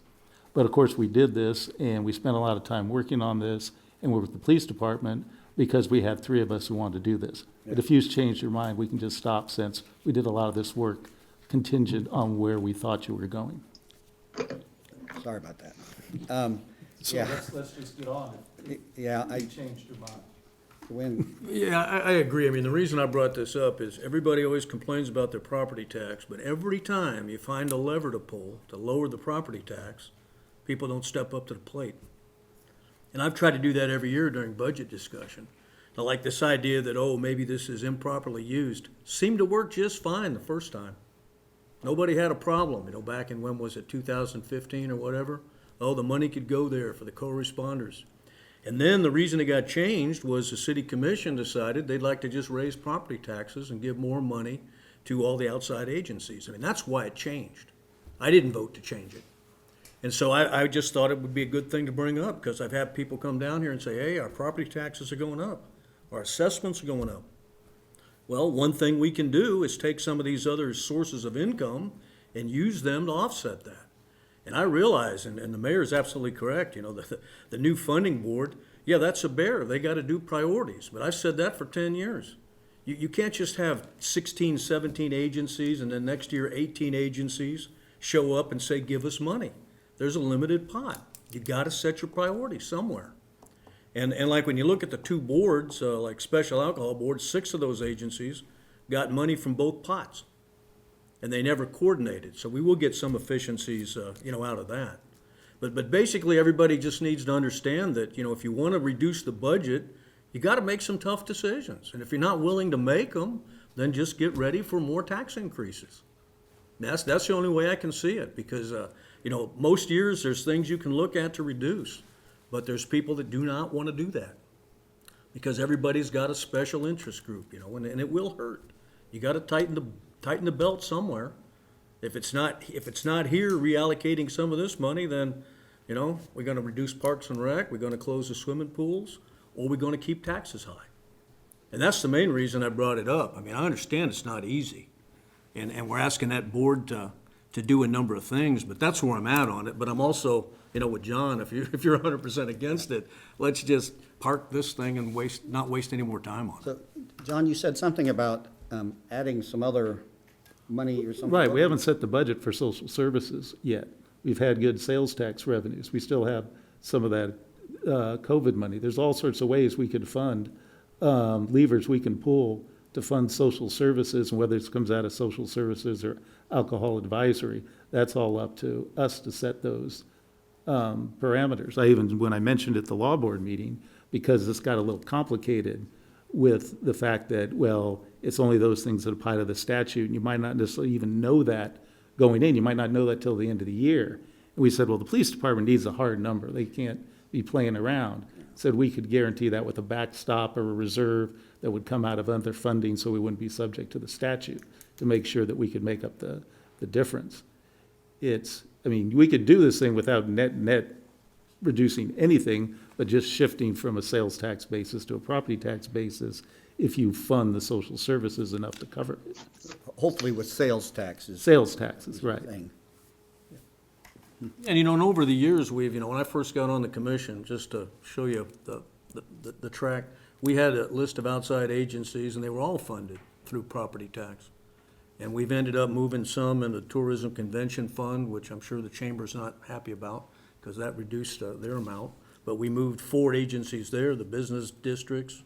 The Manhattan Arts Center is actually getting funded out of the CVB, which may not make a lot of sense, but it did to me simply because it's no longer property tax. And the Wolf House. And we've also taken the Flint Hills Area Transportation Agency, and we're using economic development funds for that. We did last year. Otherwise, that's on your property tax. So we've gone through and been successful, moving some and reducing the tax burden. And then again, I can go back to the last 2 economic development taxes that were passed. We ended up with 70% of those going towards debt relief. So that helped us on mill levy too. But even with those success stories, the thing just keeps going up, and that's what my frustration is. We got to draw some lines here, because I don't know how to answer the people that say, hey, I'm moving out of town, my taxes are too high. And I understand all these things are probably valid that people need money for, but we gotta draw a line somewhere. I tend to think that the commission could also take a look at some harder costs and not always only cut social services. We haven't allowed the social services budget to go up in the last, I don't remember how many years. It's stuck right on just under Double-digit 500,000. increase last year. Pardon? We did a double-digit increase last year. We increased 10%. Well, that was COVID. Anything's possible with COVID. But at any rate, there are other things that you can vote against besides just social services. I'm not a supporter of cutting Parks and Rec. I want those kinds of programs, and that's what makes our community vital. But sometimes there's a parking lot down on 11th Street at Fort Riley Boulevard that never has city vehicles in it, very few. They're just other things, hard costs that we could look at to save $100,000 here or there. I'll be waiting Just for your list balance. during the budget. We just have to have balance, and it's not all cutting in one area. All right, we'll tell you what, why don't we, go ahead. I was going to say, why don't we think about it this year, and we can always, if any of us are still around next year besides when, we'll maybe bring it up again, and we might be able, if we had some more time to figure out more details. Yeah. We'll have a cup of coffee and talk about it sometime, just 2 of us. Wait, can 2 people still, commissioners still talk? Okay. That's not a quorum. That's not a quorum, so, all right. Mark? Yeah. Mayor Mark, at this point, I need to leave the meeting. My granddaughter's graduating from high school, and I need to bail. So thank you so much for accommodating my request. All right. Have a good trip All back. right. Yep, thank All you. right. Yeah. All right, so we don't need a lot of public input on this since we've already, but Robin, since you're the brains of the operation here, let you come up and say a few words. Okay. So I'm Robin Cole, and I'm the CEO of Pawnee Mental Health, and I will not repeat everything I said yesterday to the law board. I will spare you that. I do want to say, first of all, as a taxpayer, I appreciate that you're doing what you can and taking a look at the budget and trying to find a way to control spending. I appreciate that as a taxpayer.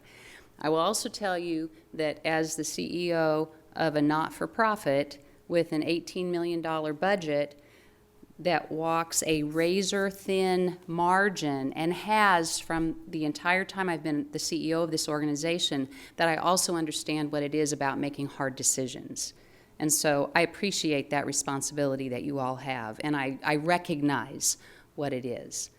I also appreciate that, yes, sometimes we do change our minds about things, and I know that that can sometimes be awkward, but I do appreciate that just as we learn and gain new information, that we do have the ability to change our minds. Just in terms of a little bit of clarification about some detail, in 2017, when the Mental Health Co-Responder Program started, the very first source of funding was by RCPD. They wrote a grant to the Edward Byrne Justice Memorial Foundation, something like that. I probably haven't quoted that exactly right. But they wrote a grant, and they got the first funding because they wanted to see whether or not this mental health co-responder concept was really going to be effective in our community. And then there was the 1 year of alcohol funds to bring in a second co-responder. And that was for just that 1 year. At that time, then Director Brad Schoen said, you know what, this has been successful. It is having the impact that we anticipated it would. It's something that we want to make sure is able to survive the ebbs and flows of grant funding. And so it was at that time that the decision was made to roll the 2 positions into the RCPD budget so that the funding would be stable.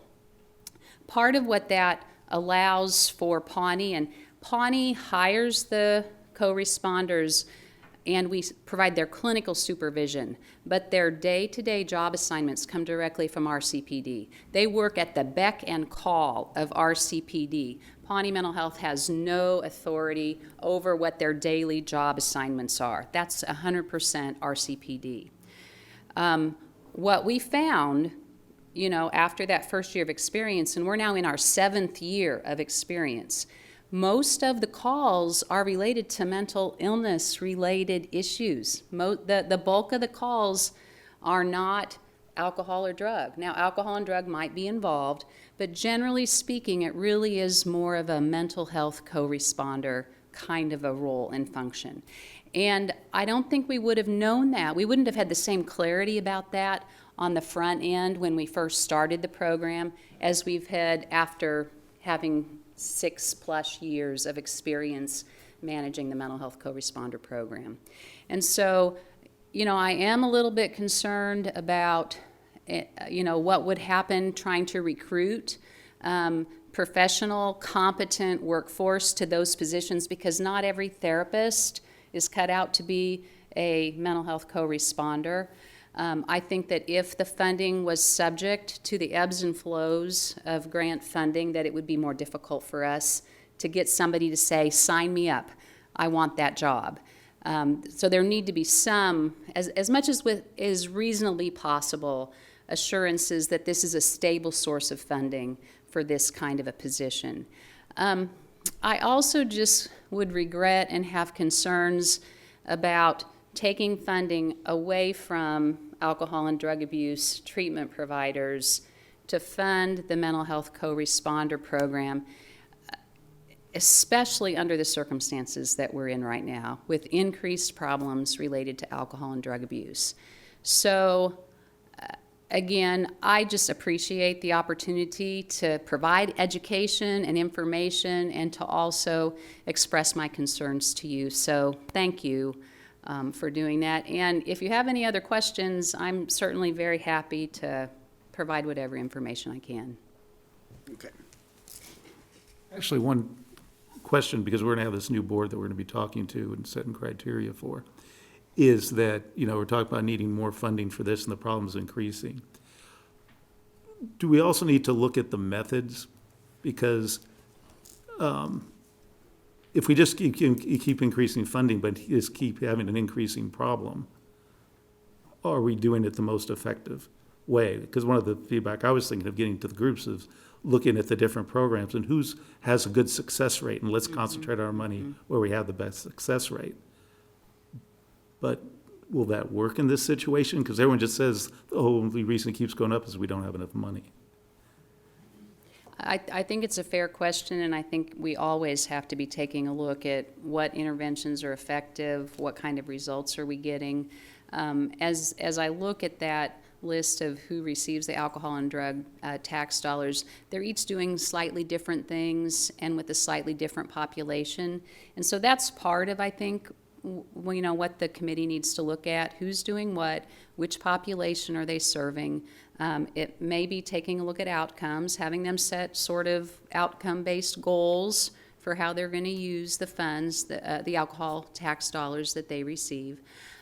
Pawnee, for example, receives alcohol tax dollars to cover the cost of treatment services for citizens of Manhattan who don't have health insurance or don't have the ability to pay.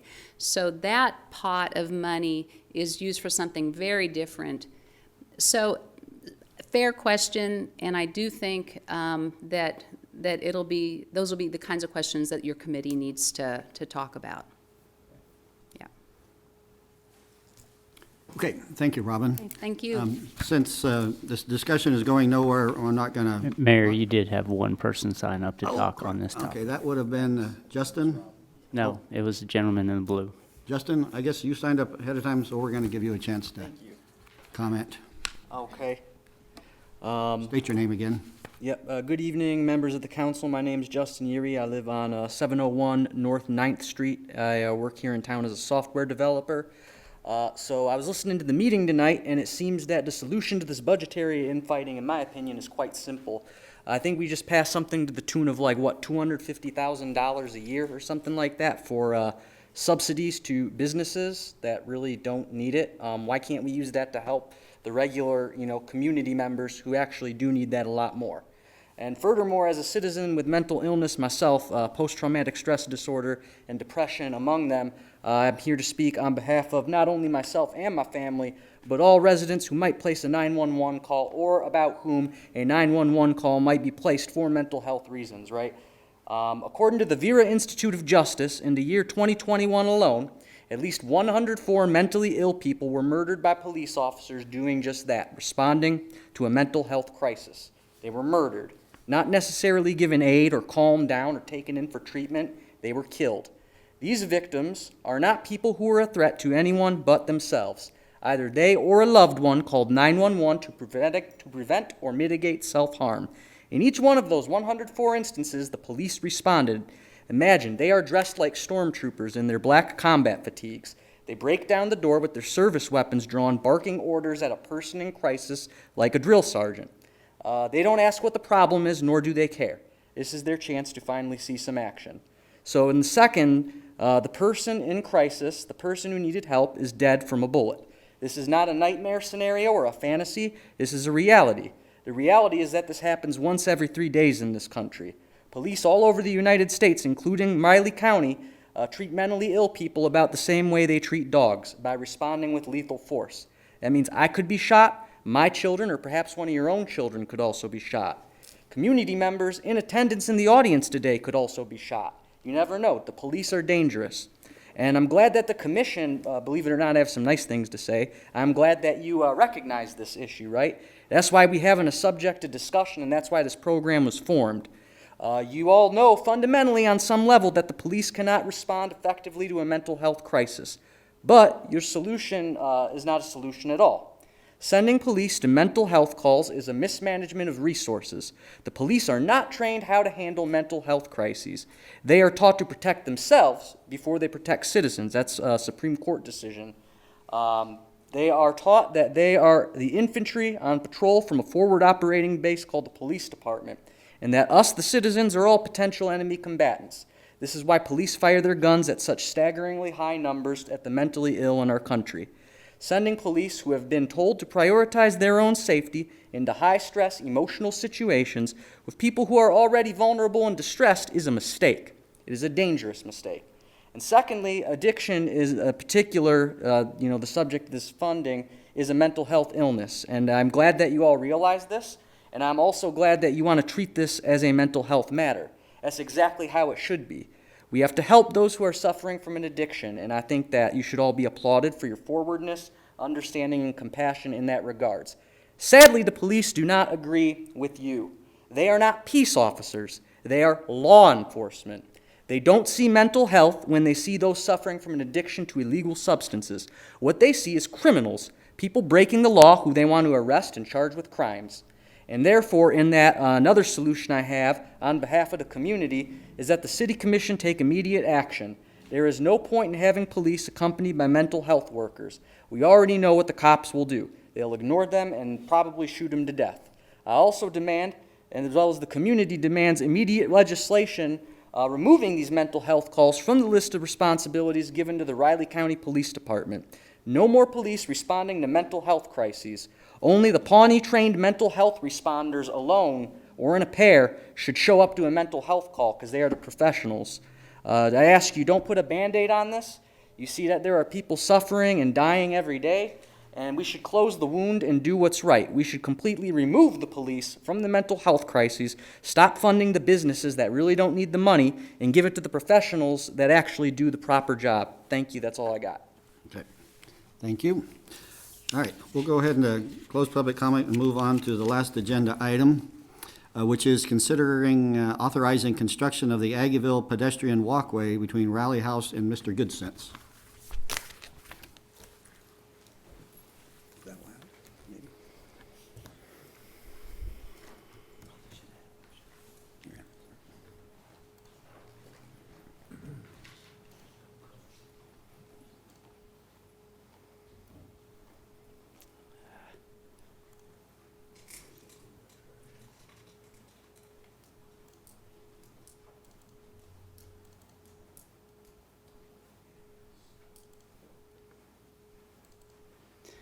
Thank you, Mayor, Commissioners.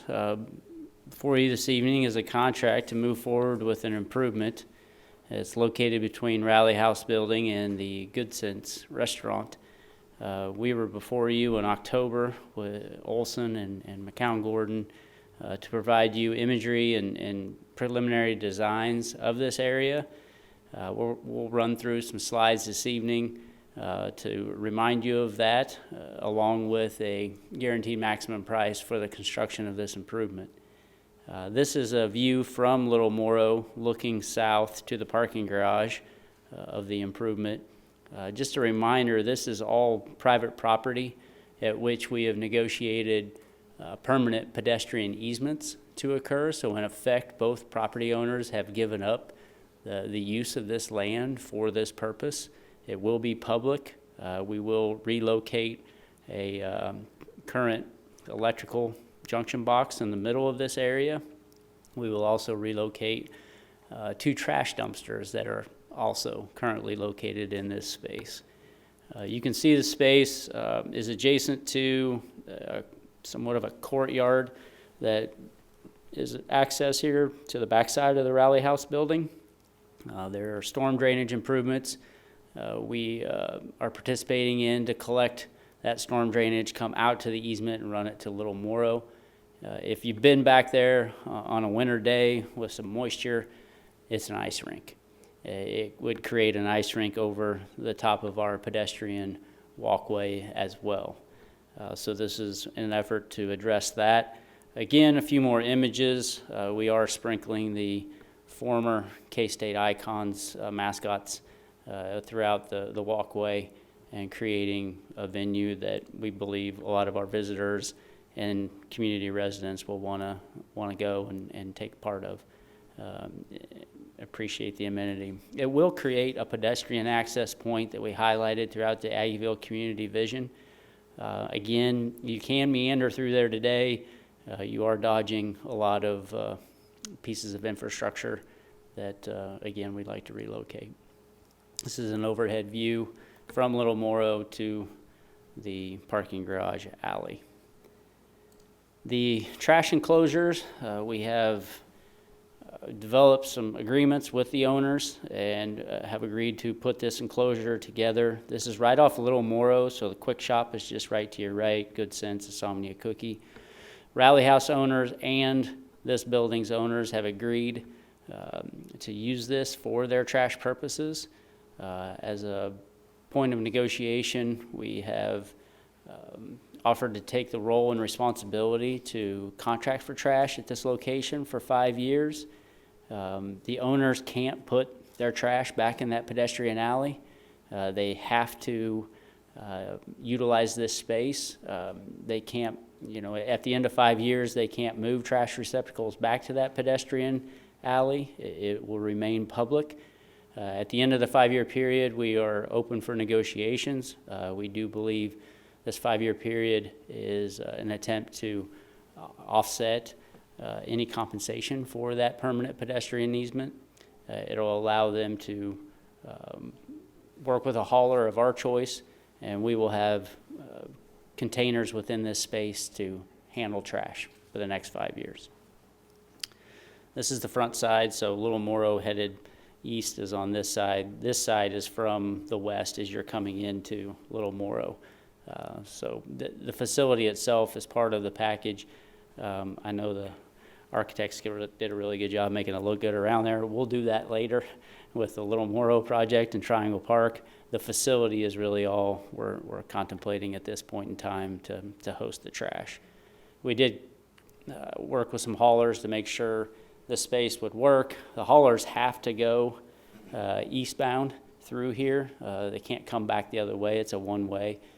They're going to open these doors and roll out these dumpsters, dump them, and then roll them back. So we've worked with them on that potential as well. The item before you this evening, there are several topics.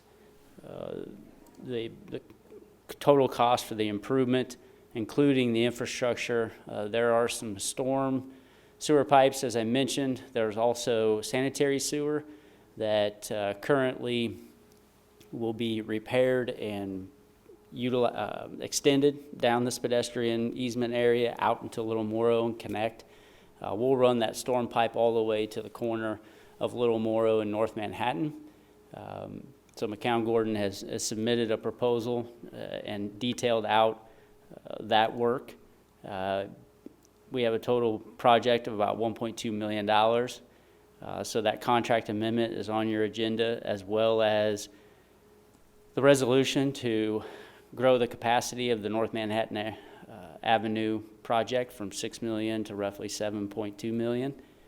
We have a number of easements and covenants that we will be looking to the mayor to execute, so we're getting authority to do that this evening as well. Stop for a second. What did you say about 7.2 million? So the $6 million project on North Manhattan is being amended to add this project. Okay. I remember seeing that. Yep. So that's what the contract amendment is basically reflecting, the GMP for the initial scope plus the Little Moro expansion.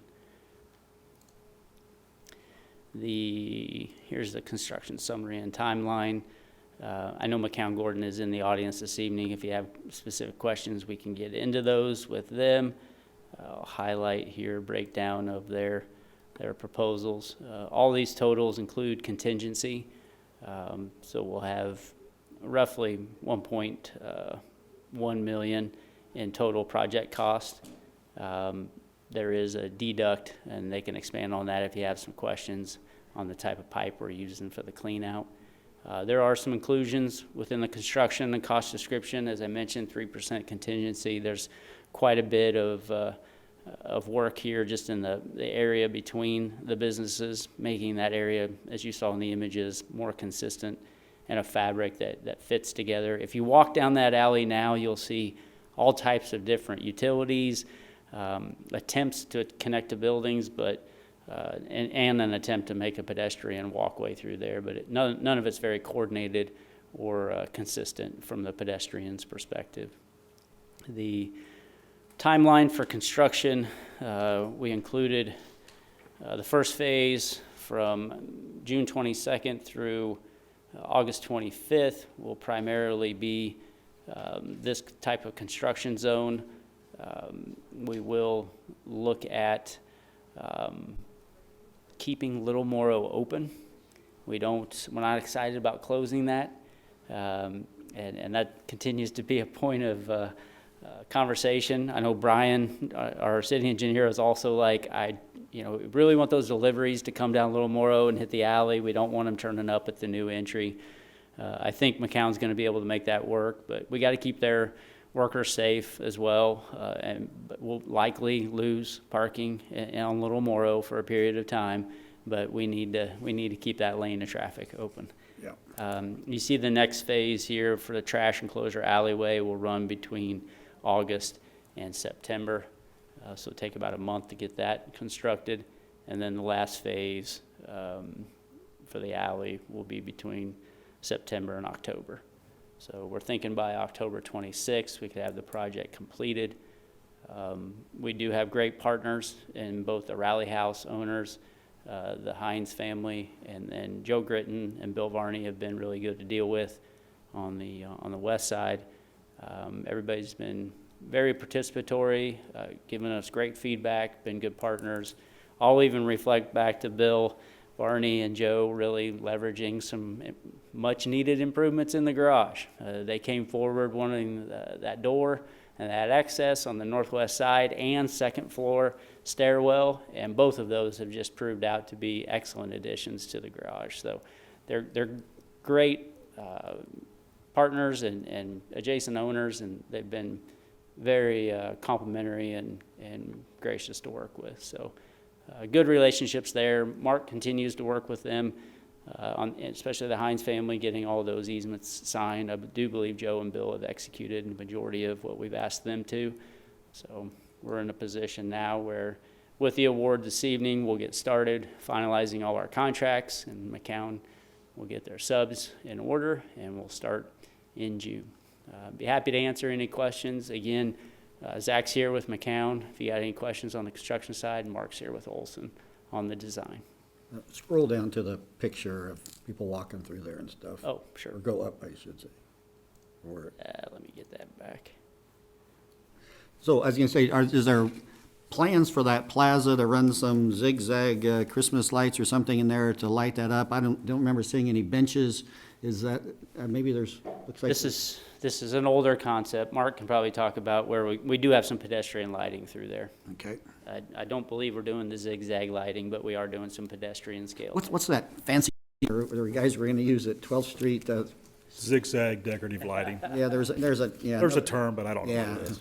String light. String lights. Yeah, well, there's a better one. Yeah. No, we've added 3 pedestrian lights sprinkled down through the alley to light that up. Poles? Poles, yes. We all recognize the safety in that alley, and so it's well lit. In fact, Dennis with the city asked that we add 1 more, so we've got a total of 3 in there for lighting. That plaza area, what's the plan for that? Just one big open space? Plaza Well, area. that backside of the building that's open. That's the Heinz's private property, and it's whatever Okay, they. we're not programming that space No, or anything? no. And there's not gonna be a fence to keep people out of there either? No, the only fence there will be is right here, this relocated switchgear. There'll be a fence around that to protect it from the public and protect it for Westar or Evergy. All right, you guys got any other questions? Oh, as far as seating, you can see it right here. There's limestone blocks along the side of Goodcent's wall. The reason for that is because if you go down there, the dirt is brought up against the foundation. So these blocks will actually take care of that change in elevation and utilize it for seating along that area. Bring your own cushion. Bring your own cushion. Just as a reminder, financing, much like North Manhattan, will go to the tax increment finance district first and foremost. If revenues aren't sufficient there to keep covering all the public infrastructure, we'll look to the 2023 70% of the economic development sales tax for public infrastructure. All right, now, you guys got any other questions for anybody? Yeah, that trash enclosure, I think we talked, there's gonna be a long-term issue with that in Aggieville eventually on that. So this is gonna be the first of maybe several that may happen over the next 4 or 5 years. There's that possibility. We definitely want to talk to you all about that. We want to talk to the district. You had a presentation from some consultants we hired, about a year and a half, 2 years ago. We'd like to revive that conversation. When Midtown went under construction, we lost space for current dumpsters. We lost a compactor as well. The plan would be to come back and really try to get a compactor within a half block of everybody. You know, not make people walk a block or two for trash, but within a half block. This could be a site that we could potentially look at, as well as other sites throughout the district. That consultant was encouraging us to start getting these sites located, start talking about strategies to consolidate. You know, there's the opportunity to bring enough space to get compactors located. You know, we can't wait. If we wait, we'll lose those opportunities. Those compactors take up quite a bit of space, and we want to make sure we have enough. The other side of it is who you're going to get to do it, who's going to manage it, who's going to control it. And I know there are a lot of businesses down there that like to work with the 6 haulers that are currently servicing them. I think Dennis reminded me out in the hallway, there's 90 trash cans in Aggieville. There's 100 businesses. So there's opportunity there for consolidation. I'm not sure we necessarily have to hurt anybody financially with this. I think it is such a public benefit, because if we're going to turn these alleys into pedestrian walkways and access points into the business, it's public property, it's public access, just trying to make that a little bit more attractive. There might be some ways we could work with the district and provide this service. You got a fairly good, I think it was a good report. It didn't dive into all the specifics, but it did provide for a framework to have that conversation move forward if the commission's ready to do that. Well, I like that. I think this enclosure looks pretty good, and it's a start. And, you know, if we get that in place, then maybe that'll help leverage the discussion in the future on doing some long-term improvements, because, yeah, if you walk through the alleys in Aggieville, the trash cans are really something that strikes you as not being really nice, don't want to walk there. And so that if we can get it all to look like that eventually, it'll be excellent. Based on the height of that dude walking by, that looks like a 6-foot wall?